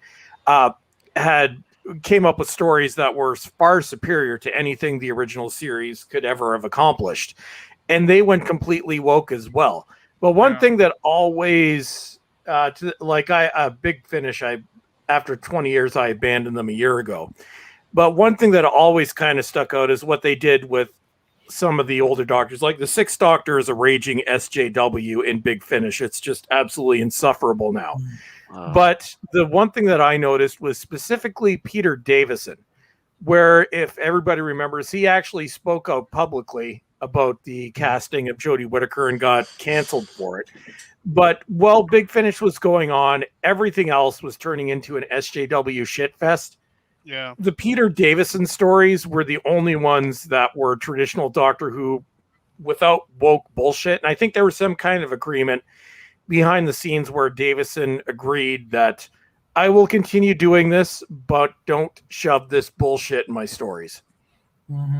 So there are people that stood up. But Colin Baker, just, my God, his story, like, he was the Big Finish Doctor. He was the best by far. His last year or so of stories, I couldn't even listen to. They were just awful.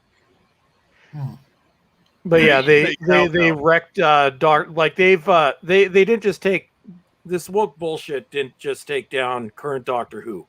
In Big Finish, they've destroyed the Sixth Doctor. In the end, they butchered the Seventh. They've turned the Eighth Doctor, who was absolutely brilliant, into a whiny little bitch. In a series called Stranded. That's the one where they introduced the transgender companion with no other. I didn't watch it. There was a transgender companion, really? I have no idea. That's they ruined the Eighth Doctor. David Tennant, there has been some pretty severe SJW threads in some of his stories. From what I've heard of what they did to the Ninth Doctor, apparently there's some SJW stuff going on there. It's I won't listen to it because he's only back for money because he's a greedy asshole. He's literally charging 115 but from what we've heard, Peter Capaldi, we know, will not do Big Finish, and I know they've been trying to get Matt Smith on board for years. He's, kind of like just, whatever, the 13th Doctor's fine, go away. He doesn't really talk about it much, but I think Matt Smith is done with it too. And you have Jamie McCrinnan talked out, or Jamie spoke out against it. Philip Hinchcliffe, the only surviving producer from the original show, in one of the Blu-rays, which this interview was obviously edited, but he spoke out against it. Yeah. That reminds me. Warris Hussein did an interview. Yeah. Oh my God. I put it up on my Twitter account, the whole interview. I have to listen to that. Actually, one thing that I keep meaning to bring up in terms of actors from the classic series that have denounced this, Katie Manning. And I still buy the Doctor Who Blu-rays, but I buy them used because I don't want the BBC to get my money. But in the John Pertwee season that just came up, and God love Katie Manning, in her interview, she's like, you know what? I've never felt diminished because I was a woman in Doctor Who. Everybody was treated equally. Like she actually went out of her way to say that, just reading between the lines, that this whole current shit show of Doctor Who is bullshit. She's like, in the 70s, I didn't feel like I was treated differently. John Pertwee, Barry Letts, everybody treated me with respect. And she's like miniskirt most of the time. Yeah, and she's like, and that was my choice. And at times I have identified, I'm paraphrasing, but she said, at times I've identified as a feminist, but you know what? I've never felt diminished in any way in my time on Doctor Who, which was another in between the lines way of saying, fuck you. And if Verity Lambert was still alive, she passed away in 2007, I would be very interested to see what she would have to say about this bullshit. Yeah. But no, Philip Hinchcliffe, and you can tell that interview was edited because at times he got red-faced, just venting his anger at the current political bullshit. I'm like, so many people are pissed off, and a lot of people have passed away. Former doctors, only one former producer is still alive. Even John Nathan Turner, who was a gay man himself, made it a point to never make that blatant in the show. I don't think he would have approved of this either. It's like, you know what? You're speaking for over half a century now of people that have been involved in this show, many of which aren't around anymore, and many of which have now, like Annika Willis also denounced it. It's like, fuck you. This wasn't your show to destroy. Yeah. It's a sad state of affairs. It really is. It's just, there was no need for them to do what they did. Doctor Who under Peter Capaldi, a lot of people don't know, but Peter Davison was being canceled. Sylvester McCoy also briefly spoke out about it and shut up immediately after what he saw happen to Davison. Actually, I might be able to get up Peter Davison's final tweet because his account is still up. No, you can see it. I have it in one of my videos. It was is Doctor Who becoming a PR disaster from 4 years ago. I have screenshots. Yeah. Actually, here while you're talking, Noel, I'll see if I can find that video and find my. I don't have the raw footage, but I have it's on a different computer. But I'll while you're talking, I'll pull up. No problem. Well, I have found his final tweet. So this was Peter. Okay, you got it. Final tweet. So he says, "All this toxicity about a sci-fi show has been sobering. So I'm calling it a day." At Peter Davison 5 used to be fun. Now it's not. Mustache. Okay, that's the tweet. He left. He's back on Twitter now, but he was gone for a while. I'm like, the stuff that people were saying about him was just fucking vile. Like, holy shit. Yeah. And there's a tweet from Lee on the 13th of April on the Thursday. Well done, Lee. Went in and left him a birthday. I was trying to galvanize people to sort of encourage him to come back and be defiant. But maybe it's for the best he doesn't. But he shouldn't feel that he can't be there, or and it's just not right. When does it stop? Like the soon as these people are blooded, right? As soon as they get a taste for it, there's no stopping them, and we've seen that. Like the sharks. They are piranha, because they don't act alone like a shark would. They act like a piranha, like a shoal of piranha. That's exactly how they behave. They get a taste of blood, and then they all go in and decimate. It's disgusting. They're like xenomorphs and aliens. They'll just pry their way in. I think I found it. Yeah, that's the one. Okay, so I pulled up my video. This is where I had additional screenshots. Just give me a second here. I'll share my screen. And why did it just go away? Just give me a sec. Okay, so share screen. Share this one. Okay, well, so I actually have a video. Okay, here we go. So here's one of Davison's tweets. What the fuck? God damn YouTube, you suck. Okay, hold on. Did he say that? I thought that's what he said. I was like, what? No. Okay, so it might be more helpful to be encouraging and not simply scornful of fans who are uncertain of change. Now, I've got Colin Baker's article or tweet in here somewhere. There it is. Oh, yeah. So here's another one. So this was where the...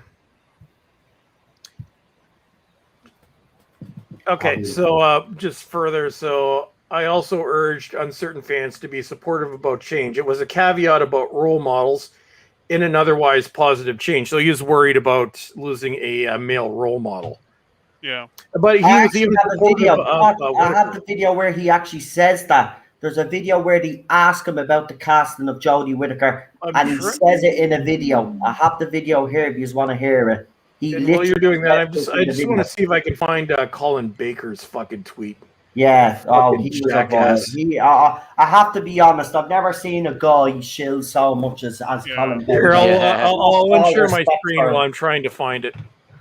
And he wears the Jodie 13th Doctor T-shirt as well.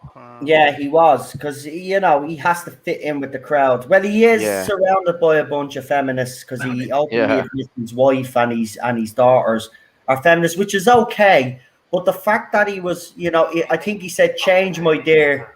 Right, here it is. Here's the interview now. Right, it's only 1 minute and 31 seconds. Right, so here we go. Listen to this, folks. Do you think Doctor Who needs to move with the times? The time for a woman doctor? This is very much down to personal opinion. Personally, I have trouble, and I speak now as a fan who grew up watching it. I have trouble with the idea of a female doctor, only because I reckon if you're born on Gallifrey, a man, you probably are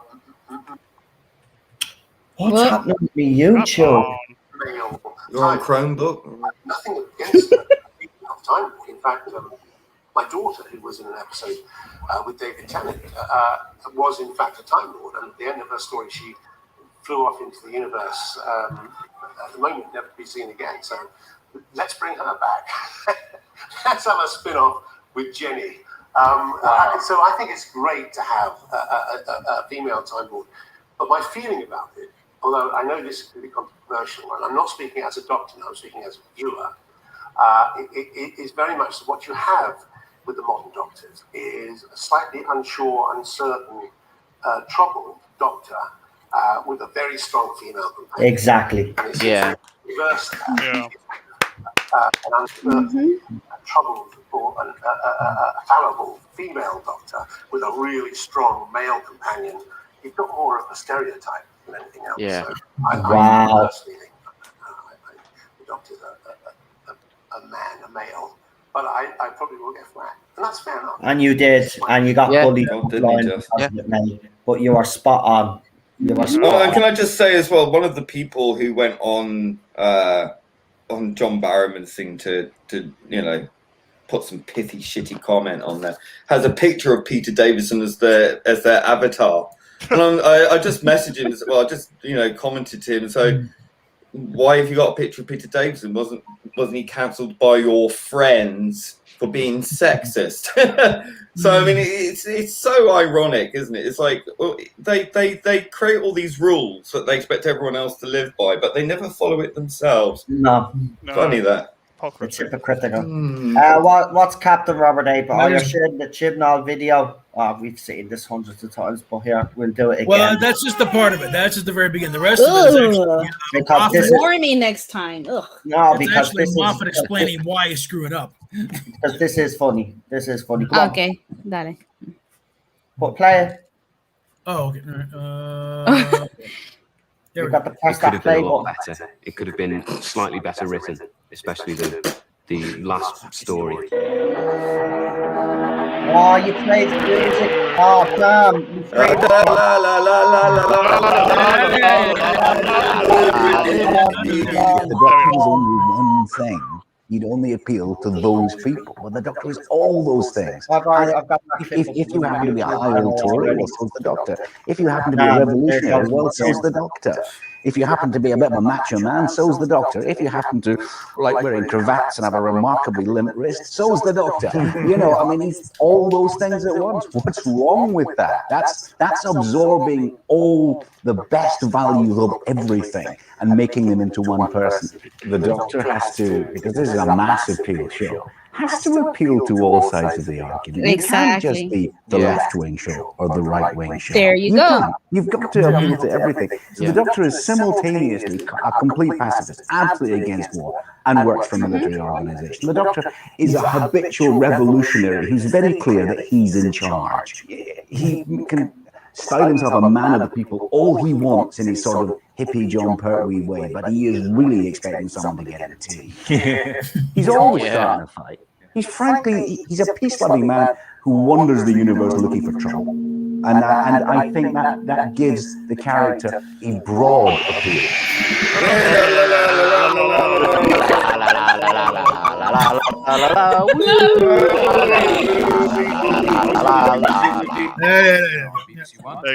Seriously, man.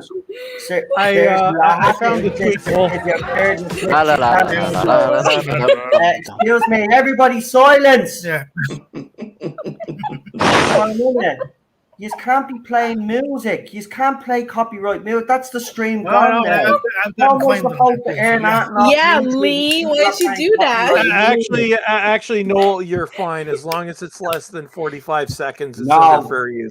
You're fine. Actually, I have gotten claimed on those videos, but I've been claimed too. But I've, to be honest, I've always I don't put music in videos anymore. But I've won them under fair use.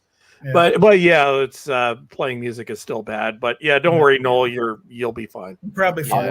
But I shared my screen, Noel. I found that Colin Baker tweet showing his appreciation to the fans. Cannot deny that I am amazed by the never watch it again reaction by some viewers. I hesitate to call them fans. Very sad. Yeah. People that had genuine concerns, including Peter Davison. Yeah.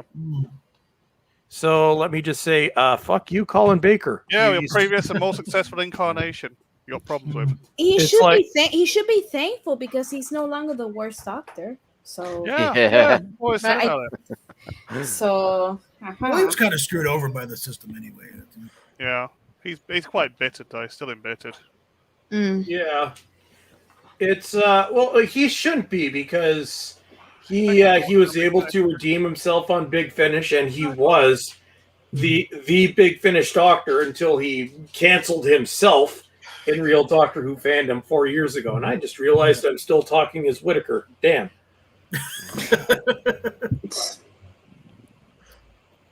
Yeah. I mean, he still blames what's his face for it all. He still blames it. I can't believe this. I can't believe this was 4 years ago, though. Yeah. And I will never forget. And look at my last Series 10 review. I said, I hope no bullshit happens with the regeneration, even though I was worried. But I will never forget that. I believe it was the Sunday, that dark Sunday when they were going to announce the 13th Doctor. and the rumors had come up the day before that it might be Jodie Whittaker. I'm like, no, they wouldn't fucking do that. 13 like, Unlucky for All, yeah. Well, I remember because I couldn't get it live because I was in North America, but I just remember just refreshing the Doctor Who news page over and over again, and then it came up. Jodie Whittaker is the 13th Doctor. More to follow. Fuck my life. Yeah. I can't believe it. I can't believe that it was one point that I actually was excited and I was like, oh, because the first thing that popped in my mind, because it worked with Missy. And when I didn't know her exactly who Jodie was, but I've seen her interviews and I thought, I mean, this is me thinking back then, okay, mind you. Oh, I love her accent. She seems like a very enthusiastic person. She seems witty. She seems quirky. Okay, so it might work. And that's what I genuinely thought. And it's just was so bad. And I've mentioned this before, and I'm going to say this again because Bolstrike is here, but I said that the desperation of making the Doctor a woman, that's was their focus, that they lost focus to make her a good Doctor. And it was just like diversity. Let's add these characters like Jazz. You obviously, I mean, come on, companions. The 3 companions. We have Indian girl. We have African American dude, or black dude. What's his name? Ryan. And obviously we had, what's his name? Greg. I always forget his name. Graham. Right. And Jazz did absolutely nothing. That woman did nothing. Hey, Josh. Well, here's something I want to share. Noel, if you want to share my screen again, I'm going to go back to when you do this in a second. Mm-hmm. Sorry, I didn't mean to play it there, but I'll play this real quick. Hold on. Simply worried that it was losing a significant role model for young men. Of a particular kind of role model for young men that young men are desperately in need of. Having said that, they decided they were going to have a female Doctor. That's absolutely fine. It's questionable to me whether it will go back to being a male Doctor, because we've had 50 years of a male Doctor now. I guess to balance the books, we should have 50 years of a female Doctor. Otherwise, what are they doing but ticking a box? Yeah. No. Yeah. Wow. I got something else here for you. He's a fucking hero. Yeah. Bring back Peter Davison. Now, has this got music in it now? No, this is one of my videos. Right. So this is my video on the 13th Doctor. It took me a week to release this video to figure out how I could actually say something without triggering people. But these were, so this was a week after the announcement was made. These are my concluding thoughts at the time. Keep in mind, this is racist, misogynist Bolstrek. This is what I had to say. So so you can see the timestamp on there. I didn't just do this now. So in closing, I'll reserve my final judgment until I see the first episode of Series 11 in a little over a year's time.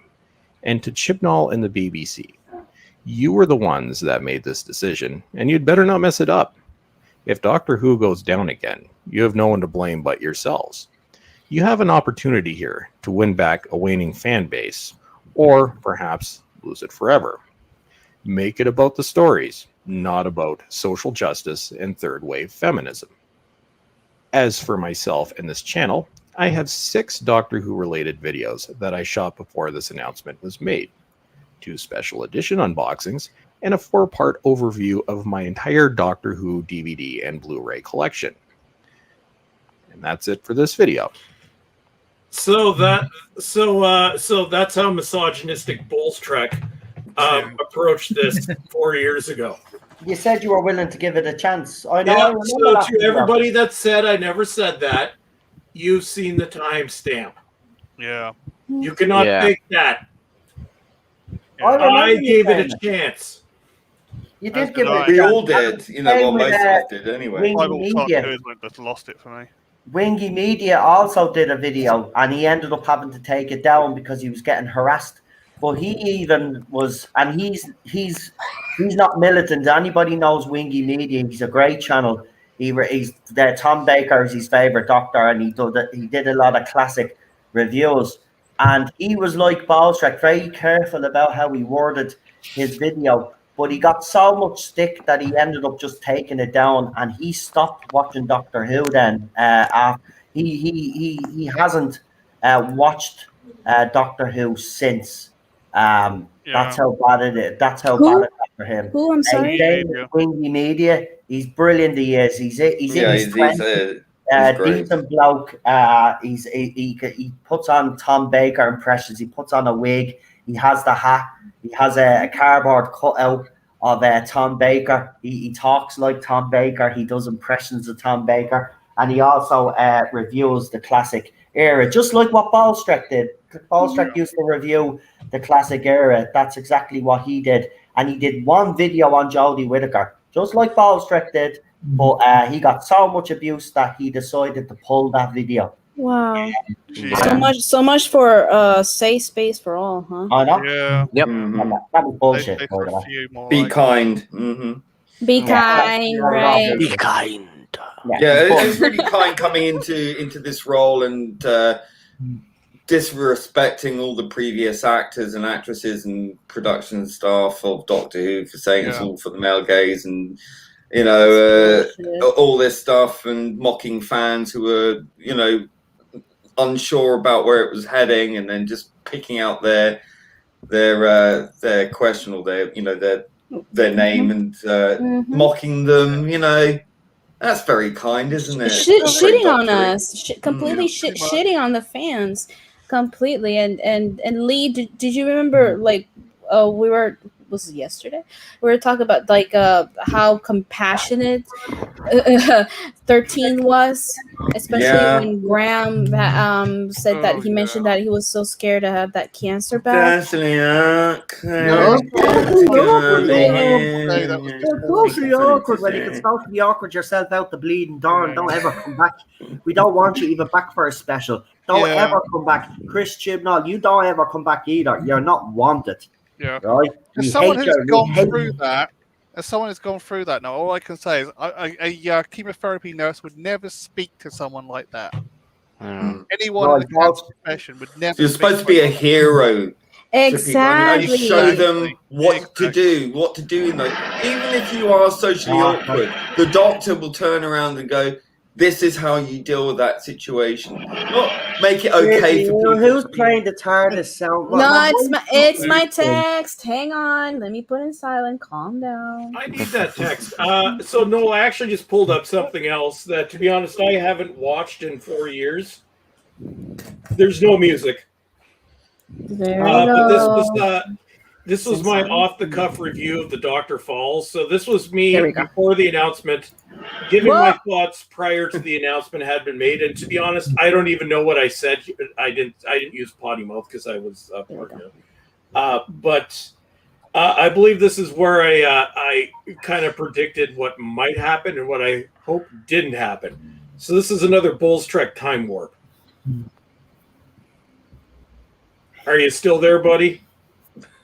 Yeah, we'll go on screen further. Okay, so let's just see what I said. The Christmas special. And to be honest, at one point I was even thinking of giving up on the show completely after the season because I was bored.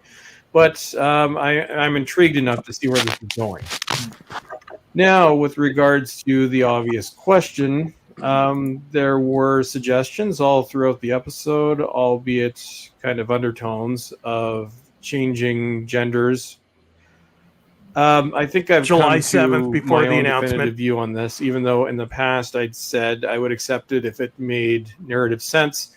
I'm backing away on that, and this, has nothing to do with the fact that, I'm trying to overtly discriminate against certain groups, but the idea of changing the gender of the Doctor, I'm sorry, it's not acceptable. I'm sorry, he's a white male. I know that's a swear word these days, but the Doctor is a white male. And he's a white British male. I suppose I could be offended because I'm Canadian. Well, why not recast him as a Canadian? No, he's a white British male. That's what he's been since 1963. And well, Philip Hinchcliffe described the Doctor. Which he described the more and more. Frankly, will be the end of the show. The Doctor Who is on very shaky ground right now. Even the ratings for the series finale are not what they could have been. And playing some political bullshit with the regeneration will be the end of the show. Wow. Do you know what, Bolstrek? Large proportion of people still watching. You all hit the nail on the head. It'd be the same thing if, say, we were to recast Buffy, Buffy the Vampire Slayer. We recast Buffy as a male.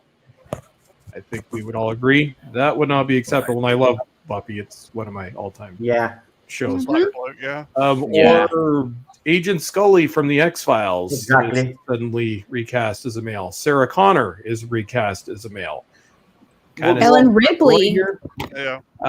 So if those are not acceptable, it's Alan Ripley. Why would it be acceptable? The gender of the Doctor.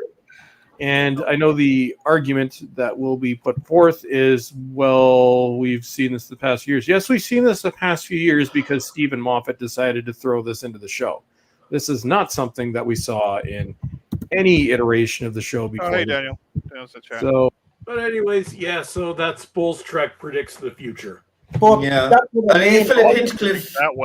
Philip Hinchcliffe Ed described the Doctor perfectly back in the day when he said the Doctor is effectively a space alien who presents himself as an English eccentric, an Englishman eccentric, and that's, I mean, okay, we've got a couple of Scottish ones, but that's neither here nor there. But it's the archetype.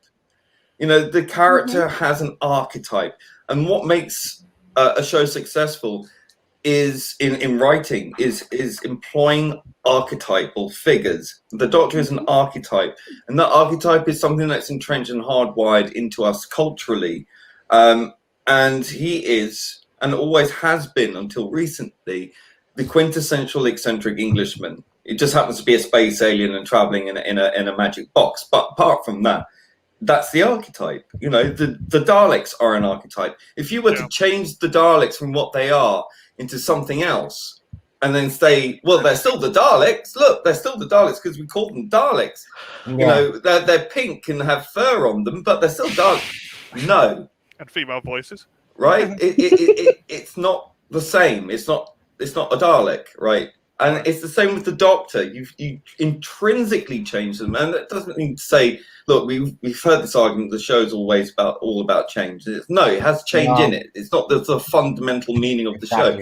It has to have a thread that runs through it that ties it all together. And if you fundamentally change something to the character that is completely antithetical to what it has been, you are pulling the rug from underneath that character. You're fundamentally changing that character, and you can't do that without criticism. You can do it by all means, but you have to do it creatively in the context of the story, which it wasn't.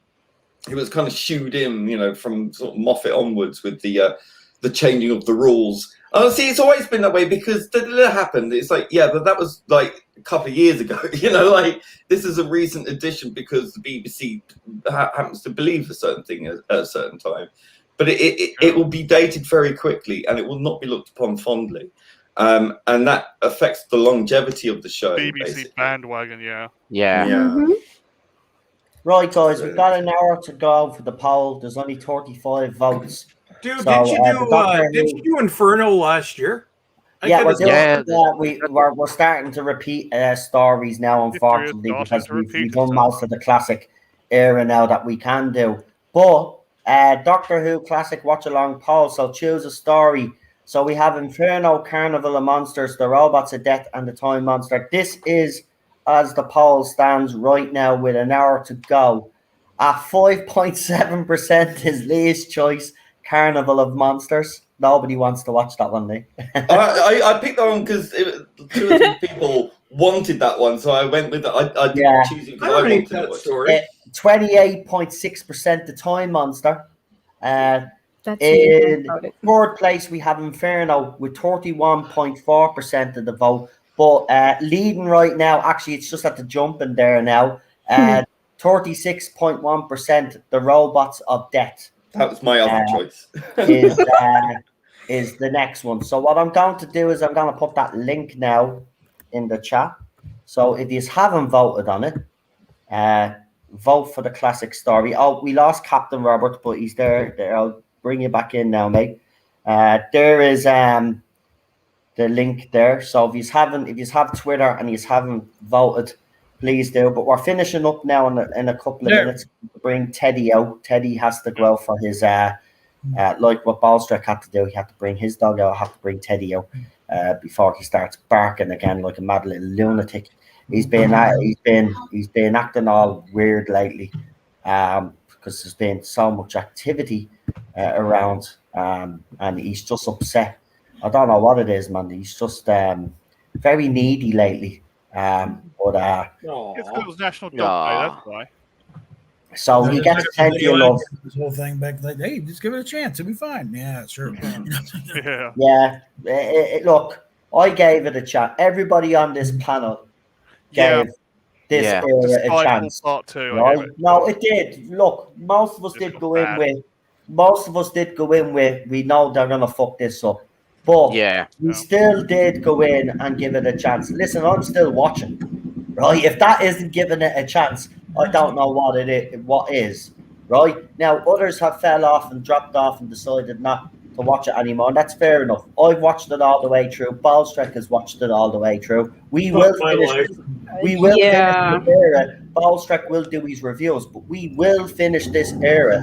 We will actually watch it to the end to see how bad it actually is. But somebody's got a rumbly stomach. So no Jodie Whittaker fan or Jodie stan who come to me and say that I didn't give this show a chance. I'm still watching this shit, right? Yeah. And I've waited. We've had to wait 18 months per each season to come. We're only we're only on Chris Chibnall's third series in 5 fucking years. 5 years. Yeah, we've had 20 episodes in that time. Right? So, I mean, don't tell me that I didn't give this a chance. I gave this every chance, every bloody chance, and it did not fulfill any of my expectations. It was worse than what I thought it was going to be. And I was very pessimistic about this era. And then when I seen how bad it was, how actually bad this was, it was. Remember when they leaked that trailer with Jodie Whittaker on the train, and we were all like, "Oh fuck, this looks bad." How did you fall for a train about being electrocuted? By the way, what? The train had overhead lines, and she fell right through the middle of the Yeah, train. she fell right through it. She fell through metal, and she didn't regenerate. She would have been electrocuted by the wires and cut in half. And it's not only that, she would have been splattered across the entire fight. She wouldn't have dented the roof. She would have just been splattered across it. And what left of her would have been electrocuted on the line. Yeah, what's she made of adamantium? I mean, come on. It was that big ball of wires. We were wondering how she was going to escape that, and they're just like crashing through the roof of a train without any explanation. It's like 200,000 volts going 2 meters. Right, Captain, what is this before you share it? Because when I did back in, it looks like a September 3rd, 2018. Right, it's you talking. All right. Okay. Yeah. Matt's silent man. I have no idea who the dude in the armor is, and the weeping angel. Oh, that's the wife, is it? The sun with the sun and the weeping. That's a hat. Sorry, folks. It's very echoey. Anyway. Oh, Jelly baby. Jelly baby. And by the way, there's right babies as well. By the way, am I the only one in this whole situation not upset that Jodie Whittaker is the next Doctor, or they cast a woman? Because I'm saying, the social justice warriors are going nuts here. I think if that were the case, they would have done this years ago when everyone was screaming, "Why isn't there a woman Doctor?" Well, Helen Mirren would have been young enough to have been a viable contender at that point. Yeah, I still wouldn't mind seeing her now because she's held up. I agree with you. She's on Coronation Street now. Yeah.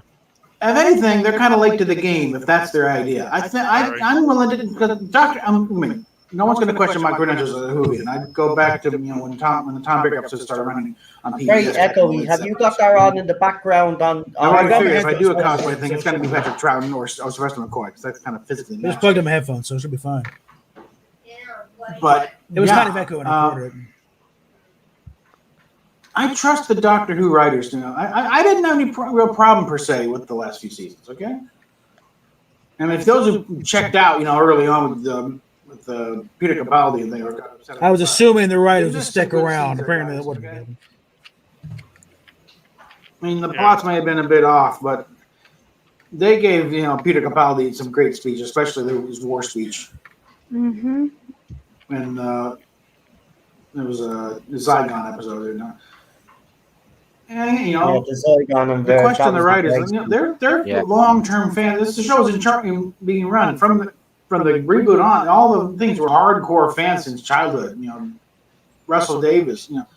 Again, assuming the writers were going to stick around. Yeah, kicking a fit when Patrick Troughton became Doctor. What is that's not a doctor? It was the old guy. So yeah, he knows the thing. He knows how it goes. And Chris Chubb, nothing. They're all hardcore from a long time. So I'm willing to give them a lot of slack on this. And again, the structure of the show is such. Suppose Jodie totally crashes and burns, and she's horrible at the Doctor. I think she'd be great. Frankly, she's got the right personality for it. But even she. All right, you do a one and out. She falls on a shaft and regenerates into somebody else. Okay, the show is fine. Okay? So we'll see what on a personal level, because this was asked last time. Chaps, I'm going to have to make a move. I do think I might, now that I'll have to go as well. Find a job if you have a job. Getting a bit late. Yeah, I've got to do a stream with Alpha Omega on his channel. I know, PD, you've got all the channel stuff, haven't you? Yeah, it's part-time, but very. But you kind of get the gist there. Yeah. It was a bit echoey, so I was just like, I feel like I'm on ketamine or something. I feel like I'm at church. I just want to plug it before I go. In I think like 10 minutes or something, we're doing a watch along on Alpha Omega's channel of 40 Towers. The second episode, so come and join us. I love 40 Towers. Come and join us. We'll be watching it. So you watch it with us, and we'll be doing some commentary on that. So join us. Fantastic. My invite must have got lost in the post, I suppose. I put it up on Twitter. I was supposed to do I told you that I was doing. Fair enough. I told you I was doing a stream with Alpha Omega tonight. Well, you go and have a word with him. Ask him where my invite is. Did he get lost in the post or something? Yeah. Well, I just got a funny about how actually busted YouTube's fucking copyright system is. So I just got a notification. Oh, for fuck's sake!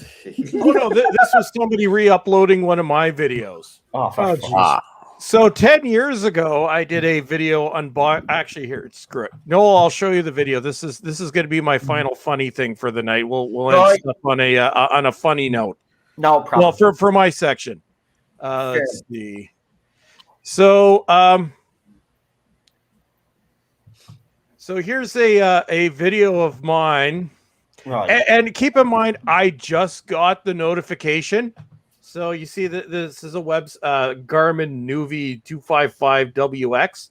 Right. So you notice this is good morning or afternoon. You can hear it's me Welcome talking. To yet another unboxing video, and today. So here's the funny part. I just got a copyright notification that somebody may have uploaded one of my videos. Look at the date this was uploaded. It's 9 years ago. What? Yeah. Wow. I just thought that was fucking funny. Wow. I've been getting, but that's weird. So here, Noel, you ripped somebody off. Claims on my videos that I've done 2 years ago, and I'm like, why am I only getting the notification for it now? The whole YouTube, it's these algorithms, these things that they keep adding to YouTube. It's somebody re-uploaded one of my videos 9 years ago on March 16th, 2012, and I get a notification on August 27th, 2021. Oh, for God's sake. Jesus Christ. That is just that's funny, man. I had to finish with that because just coincidentally that just came up now. Yeah, I've done like 5-year-old videos. Nobody watched it in the first place. Like, what are you trying to get out of it? Okay. Yeah, right, but guys, I've got to go because I need to listen, I gotta go too. Lee, my friend, I love I've you. got to go as well. Love you too, man. Before you all start scarpering, hang on. Before you all scarpering, right? Do use our channel shout outs. Don't be rude. People want to know who you are. So Lee, you can start first because you have the head. And you can tell Alpha to wait for me. I'll be 10 minutes. All right, I will do. So yeah, my alternative channels, Audred Audiovisual, AUDRED, and you can find my work on there, including Daniel's. My proudest work is Daniel's title sequence. I will be doing one for Alpha, so that's in the pipeline. I've got something coming up for Rabbi. That should be work is Daniel's. Wow, oh my god! Deal with it, cope. And obviously my Michael Sheen titles are there, which is now over 3,200 plays. So thank you very much, and please do keep sharing it and spreading your boot with the hashtag Sheen for 14 and hashtag We Stand by John Barrowman as well, please. Indeed. But please do come and join us in the next few minutes for Alpha Omega's 40 Towers Watch Along. It should be a lot of fun. So and we'll be fuck off. Bye, chaps. Bye. Good night. See you over there. Don't mention the war. Yeah. That's it. Right, who's next? Paul Streck, come on, do your channel shout outs, mate. Your channel okay, so apparently I'm available on Garmin Nuvi 255WX with a video from 2012 with a whopping 106 views. So everyone catch me on here. I'll give you the link if you want to subscribe to my alternate channel. So there we go. In 9 years, it's gotten one upvote. So so that's Garmin Nuvi 255WX. Fantastic, brilliant! I can't believe you're plugging someone else's fucking channel, but there you go. I'm on it. Apparently, it's me. I don't know. I've been here for 9 years and I didn't know about it. So I don't know what else I do. Thanks for the late note. Oh well, it's like it with the what do you call this, isn't it? Where you get the notification for like a live stream 2 hours after live stream. Oh yeah. Now Captain has an old PayPal thing going there. So Captain, if you want to tell everybody why you have it, just in case. Well, we're in a bit of a doldrum here as far as money goes. We are trying to hold on to this hotel room where we're trying to put the pieces of our lives back together here.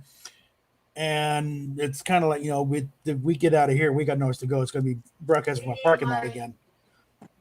Now we're managed to take a couple of things out of the way. Got the storage units, or we got 2 storage units where all the stuff in.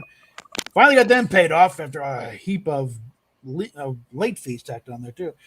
And they raised the price on us anyway a while back, so it's getting even harder.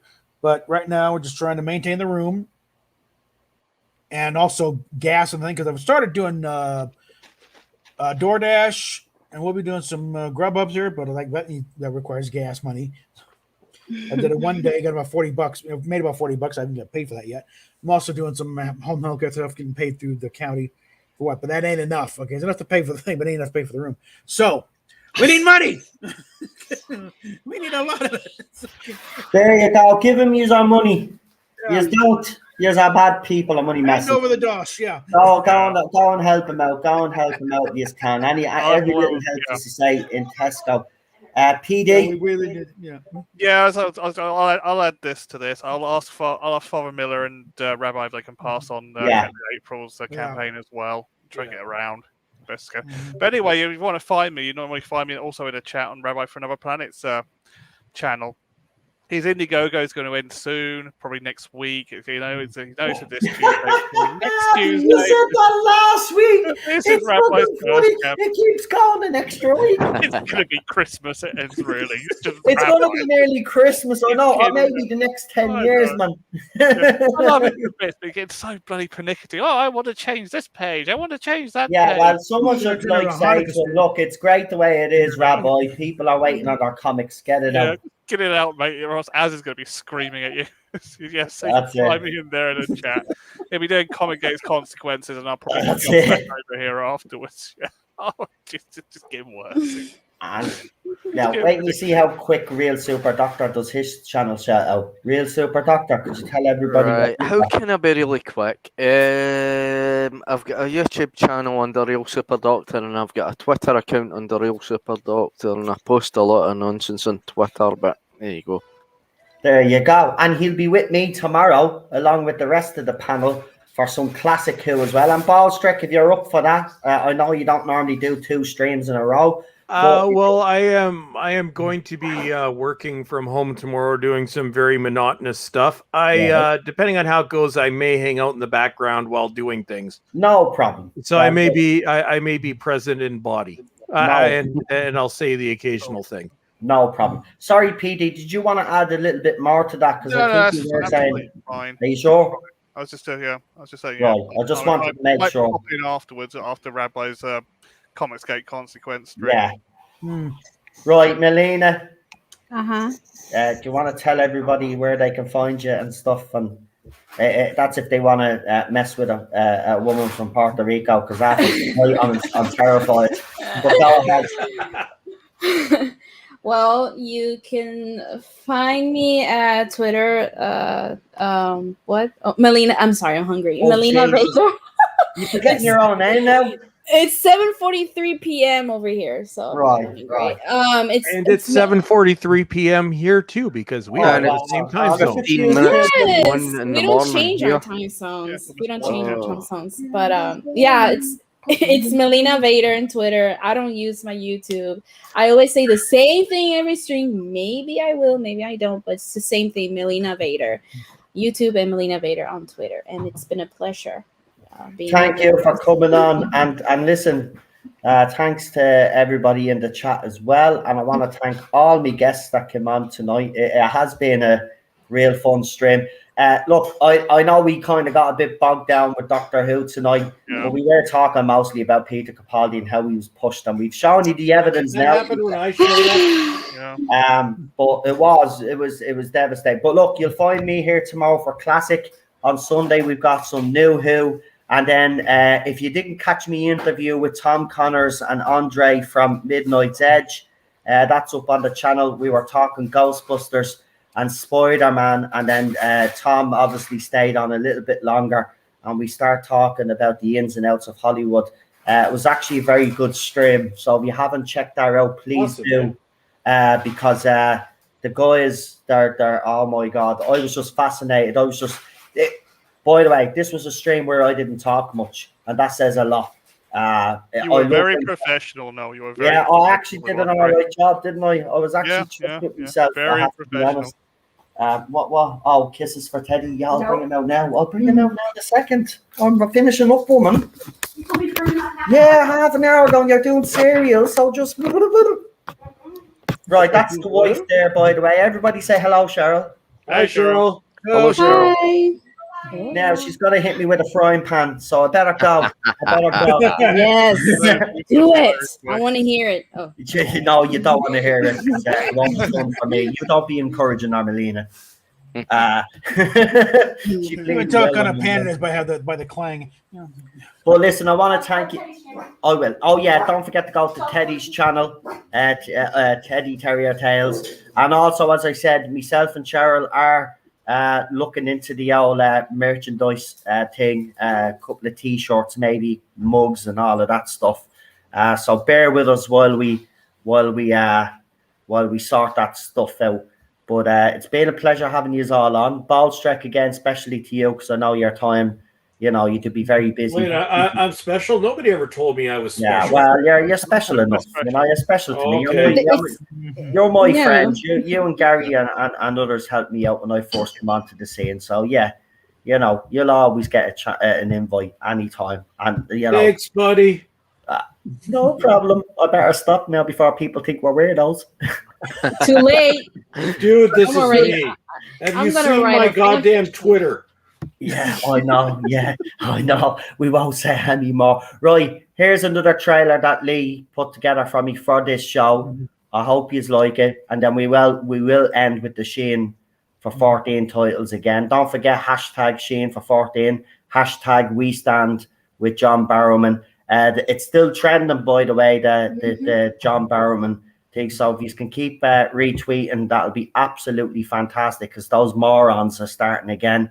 They're all on my Twitter account now. I said, I predicted it earlier, didn't I? I said they'll come after me and they'll try dig up stuff on John again, and that's exactly what they've done, because they're predictable. So predictable. So see you later. Have a good one. Bye. Enjoy the rest of your weekend. Stay safe. Look after each other and all of that. Bye. Bye, Here's everyone. the trailers.